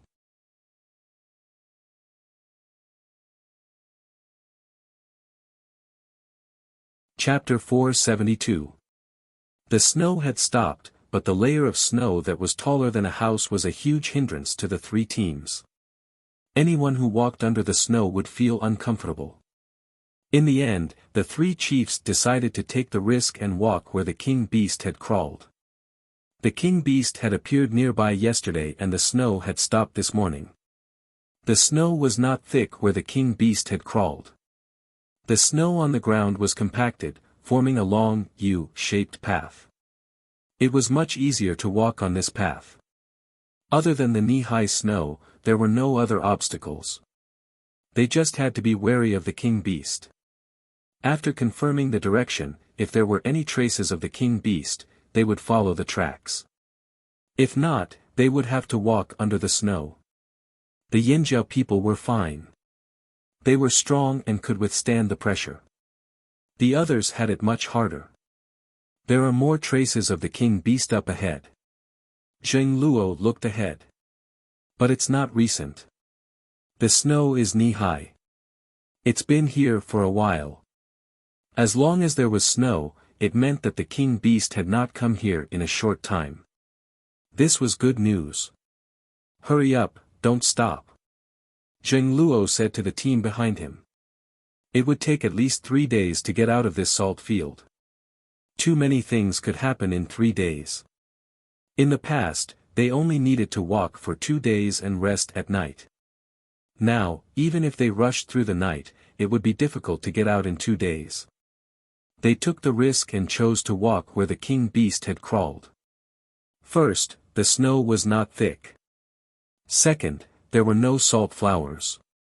They did not have to worry about running into poisonous salt flowers. The mountain wind tribesmen could finally play their role. The snow here was too thick and too high, completely blocking their vision, so they couldn't see if there was any danger around them. However, the mountain wind tribesmen had their wings. Although they couldn't fly very high or fly continuously, it was enough for them to see the situation from above. "It's safe. Keep going." Lanmu, the chief of the mountain wind tribe, spoke with a lot more confidence. From the beginning until now, the mountain wind people rarely had the chance to show their existence. Before, the Yinjiao people always felt inferior to them. Now, they could finally hold their heads high. Hearing that there were no beast kings around, the team was relieved. Their footsteps became lighter. They didn't want to face a beast king, even if it was difficult to pass through the knee-deep snow. Xiao Xian's heart skipped a beat as he hurried along. He stopped in his tracks and listened carefully. "What's wrong?" Zheng Luo quickly stopped. Xiao Xian waited for a while. Finally, he heard 2 consecutive bangs, one high and one low. They seemed to be very far away, and the sound was almost inaudible. However, it also felt very close, as if it was ringing in his ears. Beast King. Didn't he say that he didn't see it around? They were walking on the tracks left by the king beast. The snow was knee-deep, so it wasn't new. There was no sign of it around. "I heard that voice again," Xiao Xian said. These words were like a heavy boulder, instantly crushing the 3 leaders' relaxed mood to the point of suffocation. "Beast. Beast King. Where is it?" "That's impossible. I flew up and took a look. I didn't see a beast king," the chief of the mountain wind tribe said. Bang bang. Bang bang. The sound came faster and faster, just like when the giant beast woke up in the salt cave. Xiao Xian looked to the side. There was a tall white wall of snow. The others followed Xiao Xian's gaze. Crack, rumble, it sounded like ice cracking, with the sound of chunks rolling down. The ground beneath their feet was shaking. The tall wall of snow in front of them was shaking and crumbling. Whoosh! A giant white beast's head emerged from the ground, breaking through the snow. It shook off the snow on its head, revealing a face that looked like it was covered in ice. It was the king beast. It had burrowed underground. No wonder they couldn't see it from above. It was underground. At this time, should he run for his life? Or pretend to be dead? They didn't know the habits of this creature. They didn't know how to deal with it. What should they do? Everyone in the group, including the three chiefs, felt a sense of despair. When they were in the salt cave, they didn't have such a strong feeling. Even when the giant beast crawled over their heads, it wasn't as strong as when they were looking at it. Most of the giant beast's body was still underground. It raised its head and the front part of its body, looking at Xiao Xian and the group. Puff, the giant beast breathed out white mist from its two nostrils. The surrounding temperature dropped instantly. This was just the giant beast's breath. If it roared at the group, the consequences would be unimaginable. The giant beast's gaze swept from the front of the group to the back of the group like frost. Everyone was as stiff as ice. Their blood seemed to be frozen, and they even forgot to breathe. Turning their heads with difficulty, the team members looked at their leader, waiting for his decision. If the leader told them to run, they would run for their lives. If the leader told them to fight, they would also fight. Then, they would let the people with the fire crystals and the salt mine leave. The three chiefs also had a difficult choice. One mistake and they would suffer heavy casualties. This was the helplessness of the disparity in strength. Run. Wouldn't it backfire on him? After all, some ferocious beasts like to chase running living things. Maybe they would be ignored by standing still. Don't run. But what if it roars at us? Will we all freeze to death? At this time, the three chiefs unconsciously looked at Xiao Xian.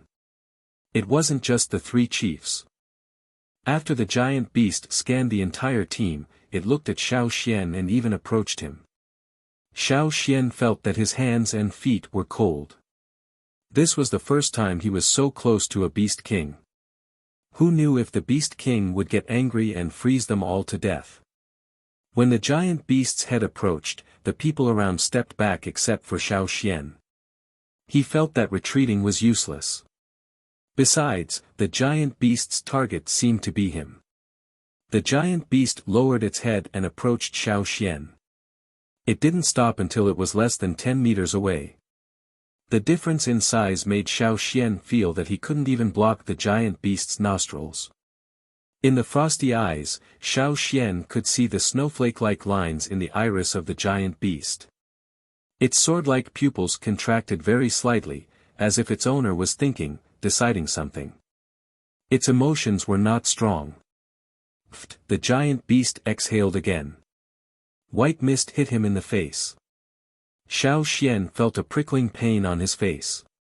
A layer of frost had formed on his skin. In just one breath, Xiao Xian felt like he had been thrown into a freezer. Xiao Xian. Zheng Luo was about to rush over in shock when he saw the totemic patterns on Xiao Xian's body. Xiao Xian urged the totemic power in his body, trying his best to resist the oncoming frost. The clash of ice and fire was very clear on Xiao Xian's body. Xiao Xian's body was covered in white frost. The red flames split it apart and spread to the totemic patterns on his body, driving the frost away. The invading frost was being forced out by the totemic power in his body. Xiao Xian could only hope that the giant beast would not roar at them. The roar was not an attack on the same level. He could block the beast's breath, but he could not block its roar. If it was that easy to block, everyone in the fox cave would not have been frozen in place. This was the difference in power. He tried to calm his aura so as not to provoke the beast. Xiao Xian stared into the giant beast's eyes. Although its eyes were cold and emotionless, they reflected some emotions. Xiao Xian could react according to the changes in its eyes. Very soon, the giant beast's vertical pupils dilated and contracted slightly.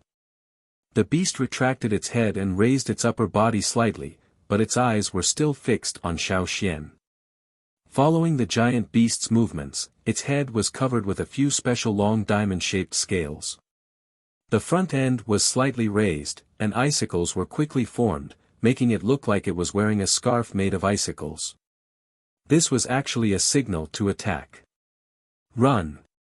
Xiao Xian roared. The surrounding temperature dropped rapidly. The knee-high snow layer was like a swamp, trapping everyone there and severely restricting their movements. Even if they wanted to run for their lives, the reality was that they didn't have the time to escape the attack range. Slow, too slow. They were not even a tenth of their usual speed in the mountains. How could they escape? As Zheng Luo ran, he caught a glimpse of Xiao Xian still standing there. He wanted to pull Xiao Xian away, but before he could, the giant beast opened its mouth. A gust of wind stronger than a storm rushed towards Xiao Xian, freezing everything in its path. It was over. That was what Zheng Luo had thought. In that moment, Zheng Luo was filled with regret. If he had been one step earlier, would he have been able to drag Xiao Xian away? No one could stop the beast's roar. Scenes from the fox's cave flashed through Zheng Luo's mind. The people frozen there, the pieces of frozen flesh. Boom, the loud sound was like an explosion. It sent Zheng Luo flying. Those who didn't run far were also sent flying. The tall layers of snow on both sides were lifted from the ground and thrown far away. They split into smaller pieces in the air and scattered into the surroundings. On the white snowy ground, the giant ice beast stood there like the absolute king of this frozen land, looking down at the tiny people on the ground. In front of it, a burst of flames shot up. The rolling flames dispersed due to the impact of the cold air, but they quickly gathered back and converged, gradually forming a blurry human figure. Between the boundless heaven and earth, in this frozen world covered in white snow, the only color of fire stood opposite the white giant beast.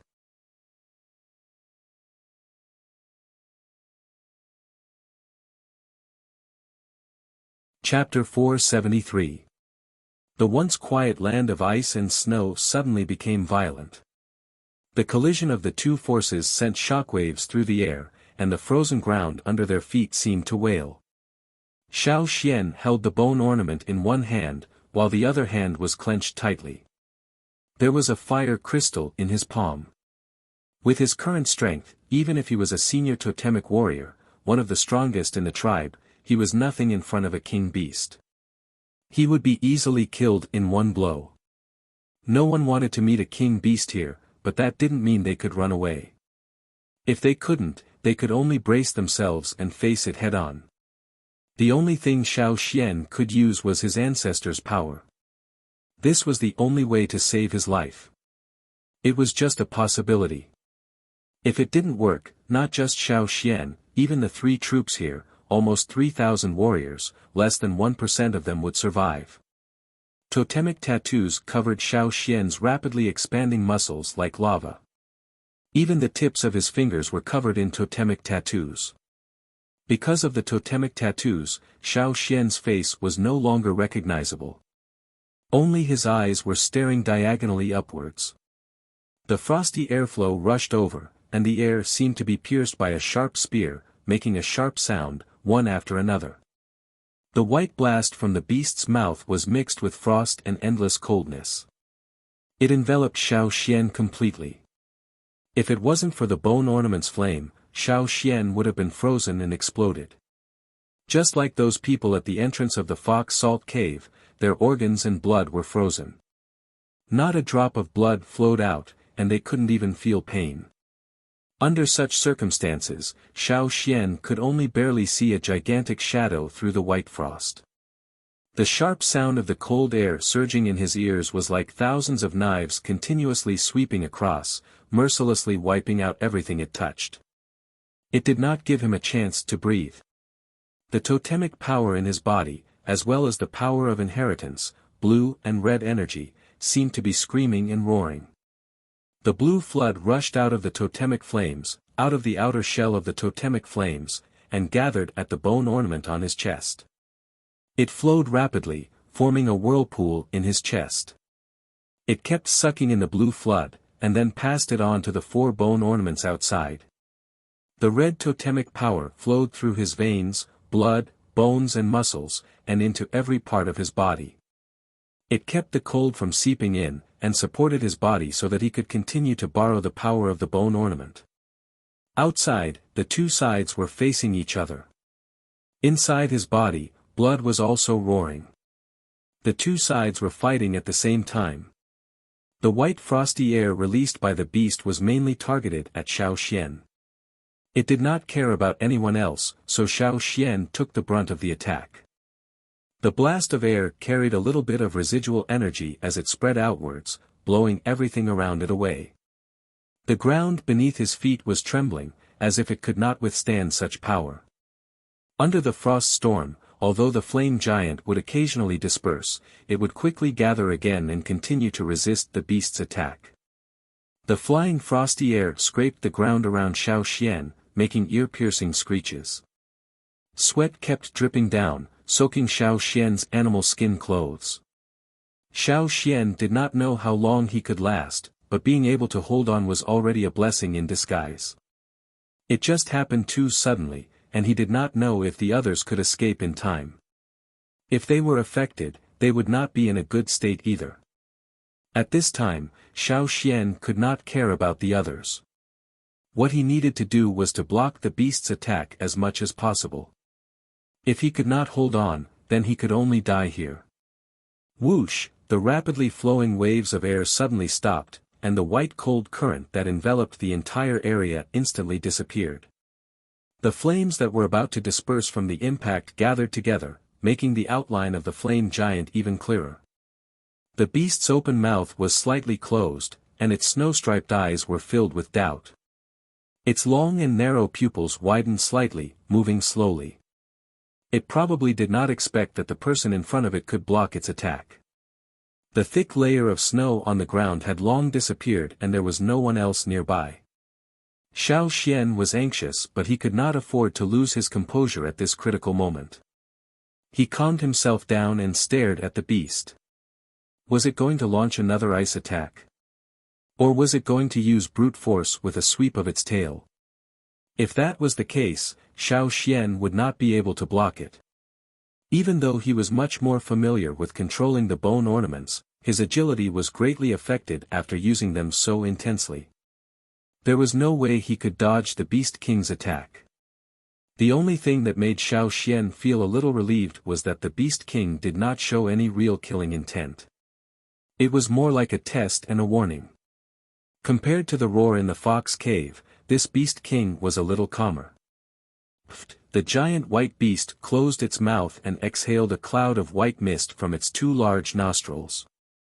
It raised its head and leaned back slightly. A part of its body was pulled out from the ground, making it look even taller. The flames around Xiao Xian slowly subsided, and the flame giant disappeared. Only a few flames were still flickering on the surface of its body. This was Xiao Xian trying to conserve his energy. The sudden high-intensity confrontation had used up a lot of his energy. He could not continue like that. He had to slow down and wait for the Beast King's reaction. The giant beast stared at Xiao Xian, its tail forcibly breaking through the ice and lifting up. Xiao Xian's heart skipped a beat. Was the beast really going to use force? Bang! The beast slammed its tail on the ground, causing the ground to shake violently. The sound traveled across the white ice field and into the distance. In the fox's cave, the fox leader had come out to listen carefully after receiving his subordinate's report. He had heard the roar of a giant beast. Although it was far away and those with poor hearing might not have heard it, it was undoubtedly the roar of a giant beast. He was overjoyed. That was the direction the 3 tribes from Yanjiao had gone. They must have encountered the beast. Serves them right. It would be best if they were all eaten by the beast. Now that he heard the roar, the fox chief was even happier. He returned to the cave.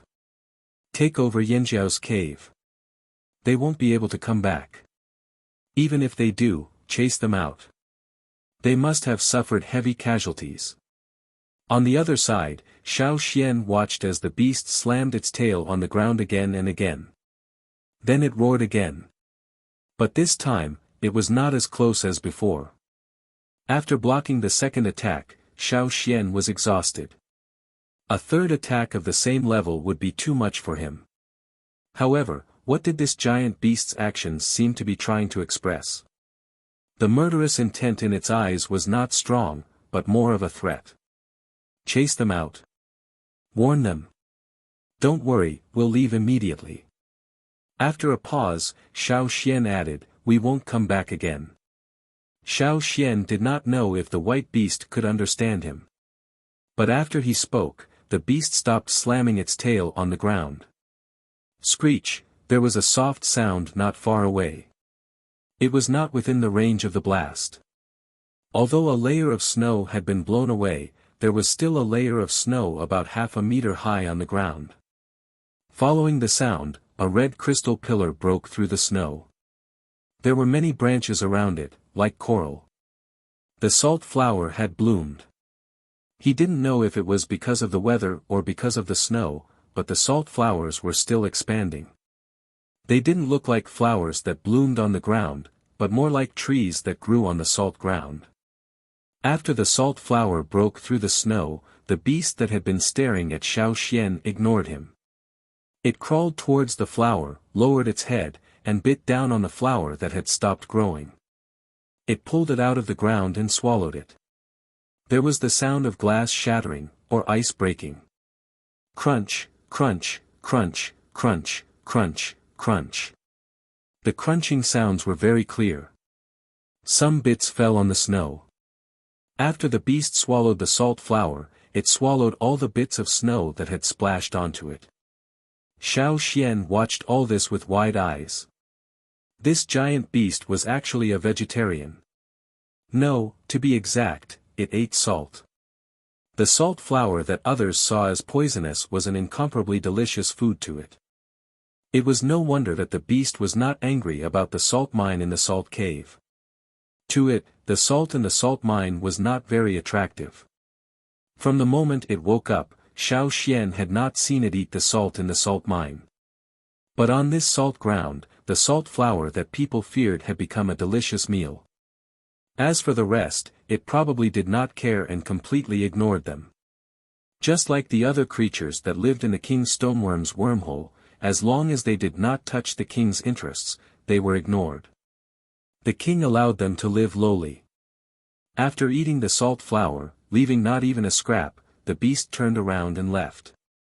From time to time, it lowered its head and arched its head in the thick snow, as if it was sniffing.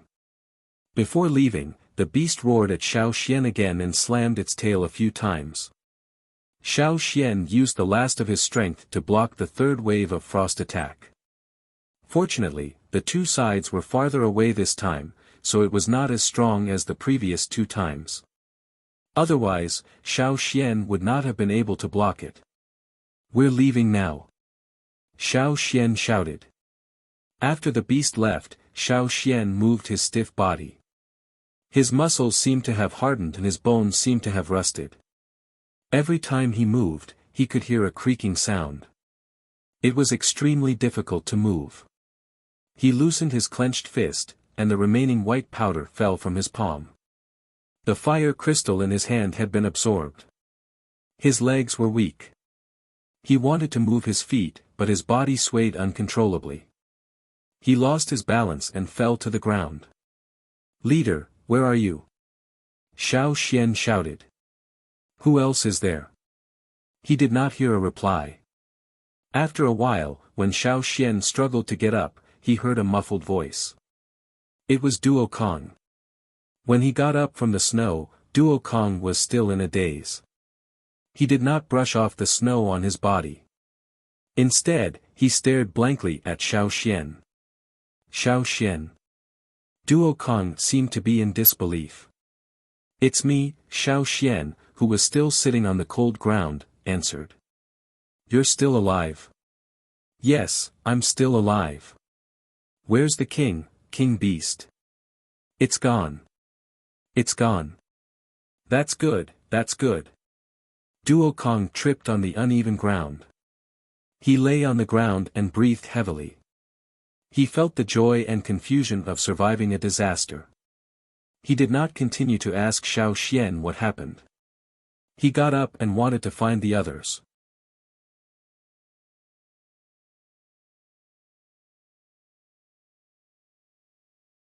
Chapter 474. The snow around Xiao Xian was blown away, especially the spot where Xiao Xian was sitting. It was a salt field. Not a single bit of snow was left. There were marks of varying depths on the ground, radiating outwards.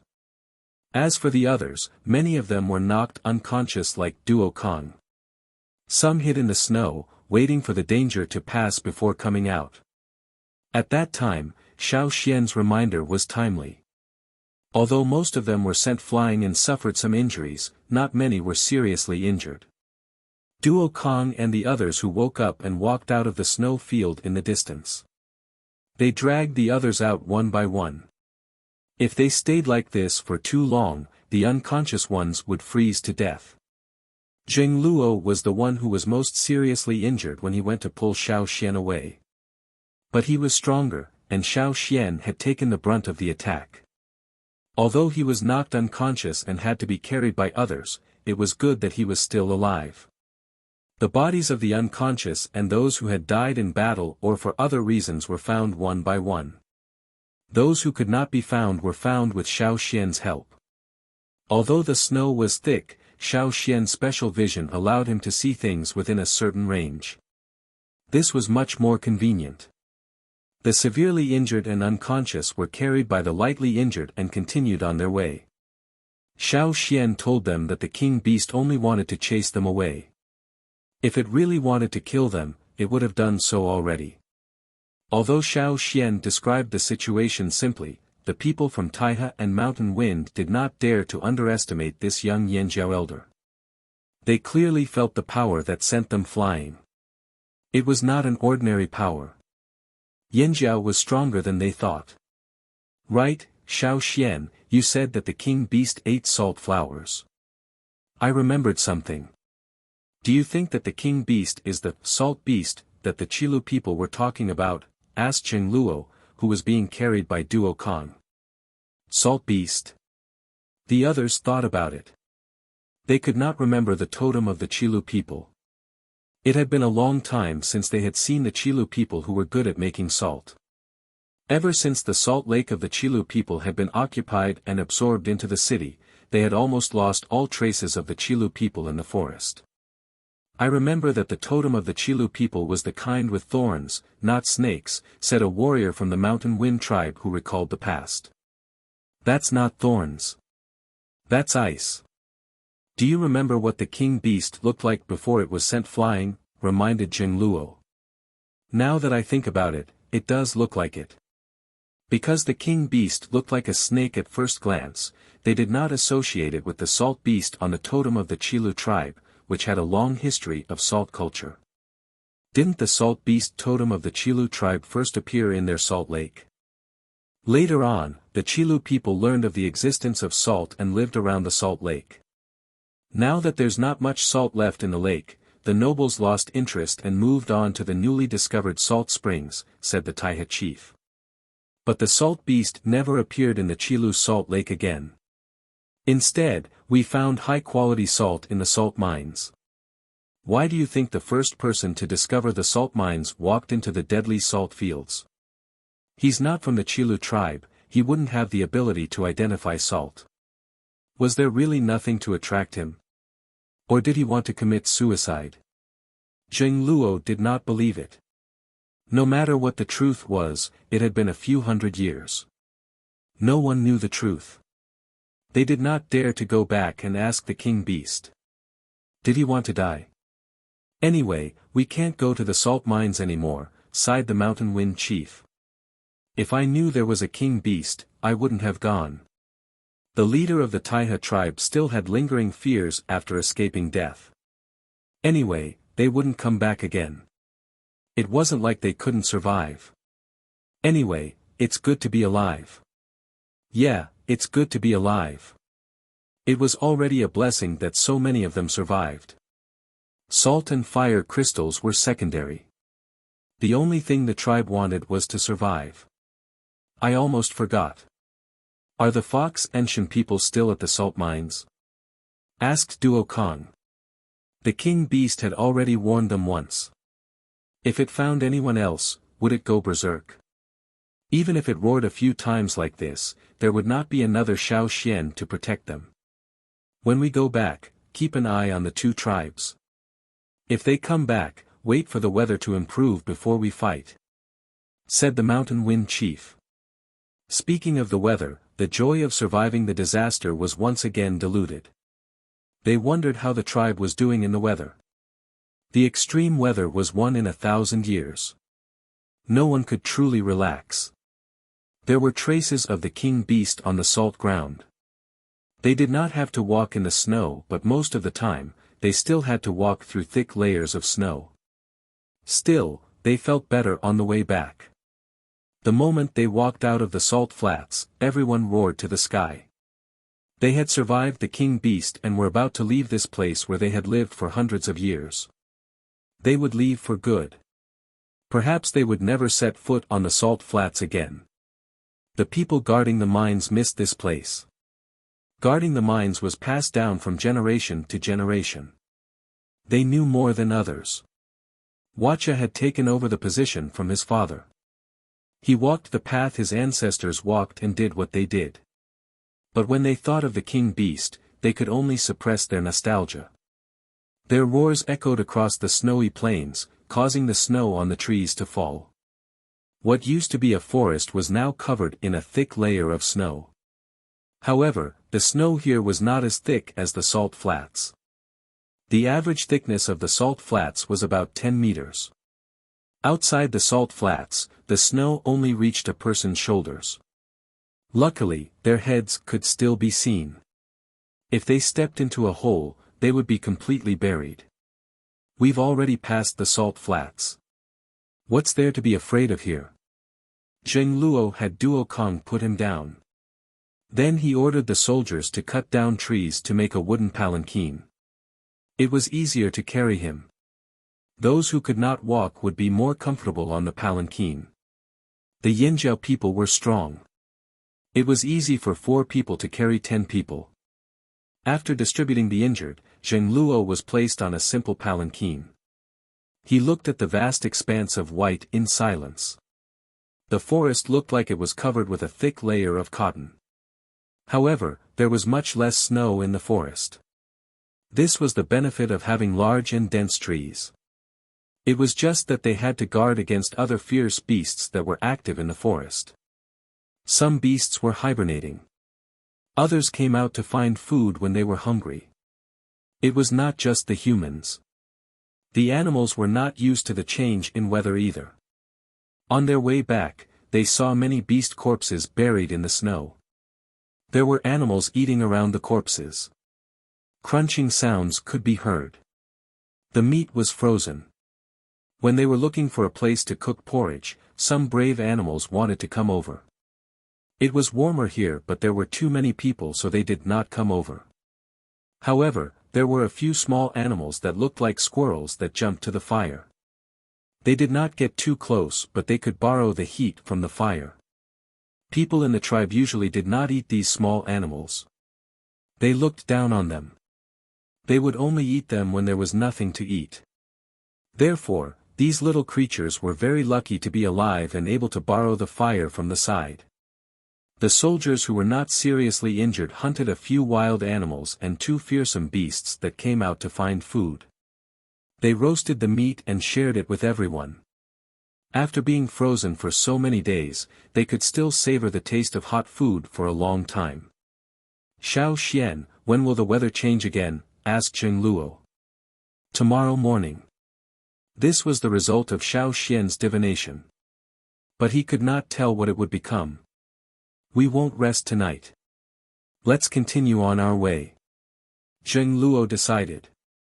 The other two chiefs had no objections. They only knew that it was better to follow the Yanjiao people than to decide on their own. It was not easy to travel at night. After all, they could not remember every detail of every place. There were many dangerous places in the forest and they had to cross mountains. One mistake and they could lose their lives. Xiao Xian had recovered a lot.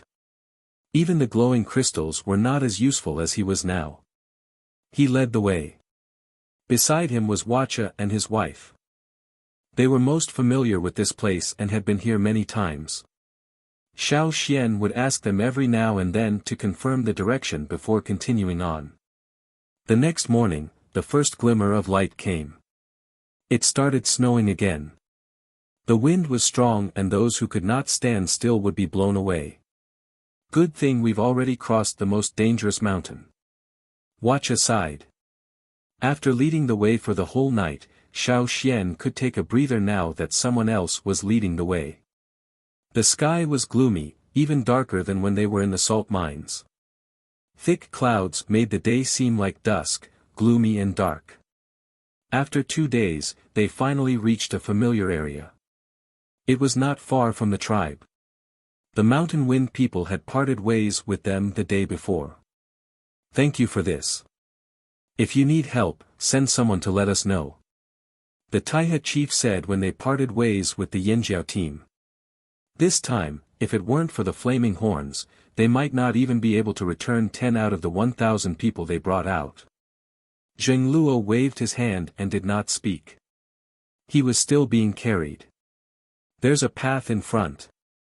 The soldier leading the way shouted. The so-called path was a path cut through the thick snow.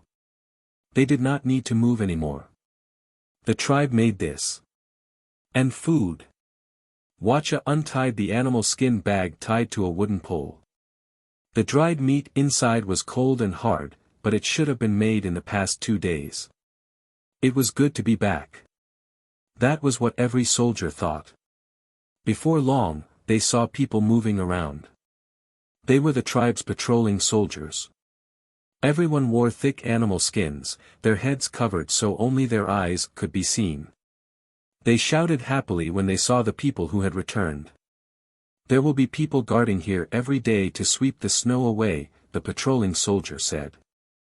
After counting the number of people in the team, the patrol soldiers who came to help felt a little relieved. This was much better than they had imagined. They were all mentally prepared to witness a tragic situation, but they didn't expect that so many people would be able to come back safely. "Chief, how's the salt mine?" a patrolling soldier asked. "We'll talk when we get back." The patrolling soldiers did not ask any more questions. In the 2-meter-high snow, there was a curved path that led to the river in front of the tribe.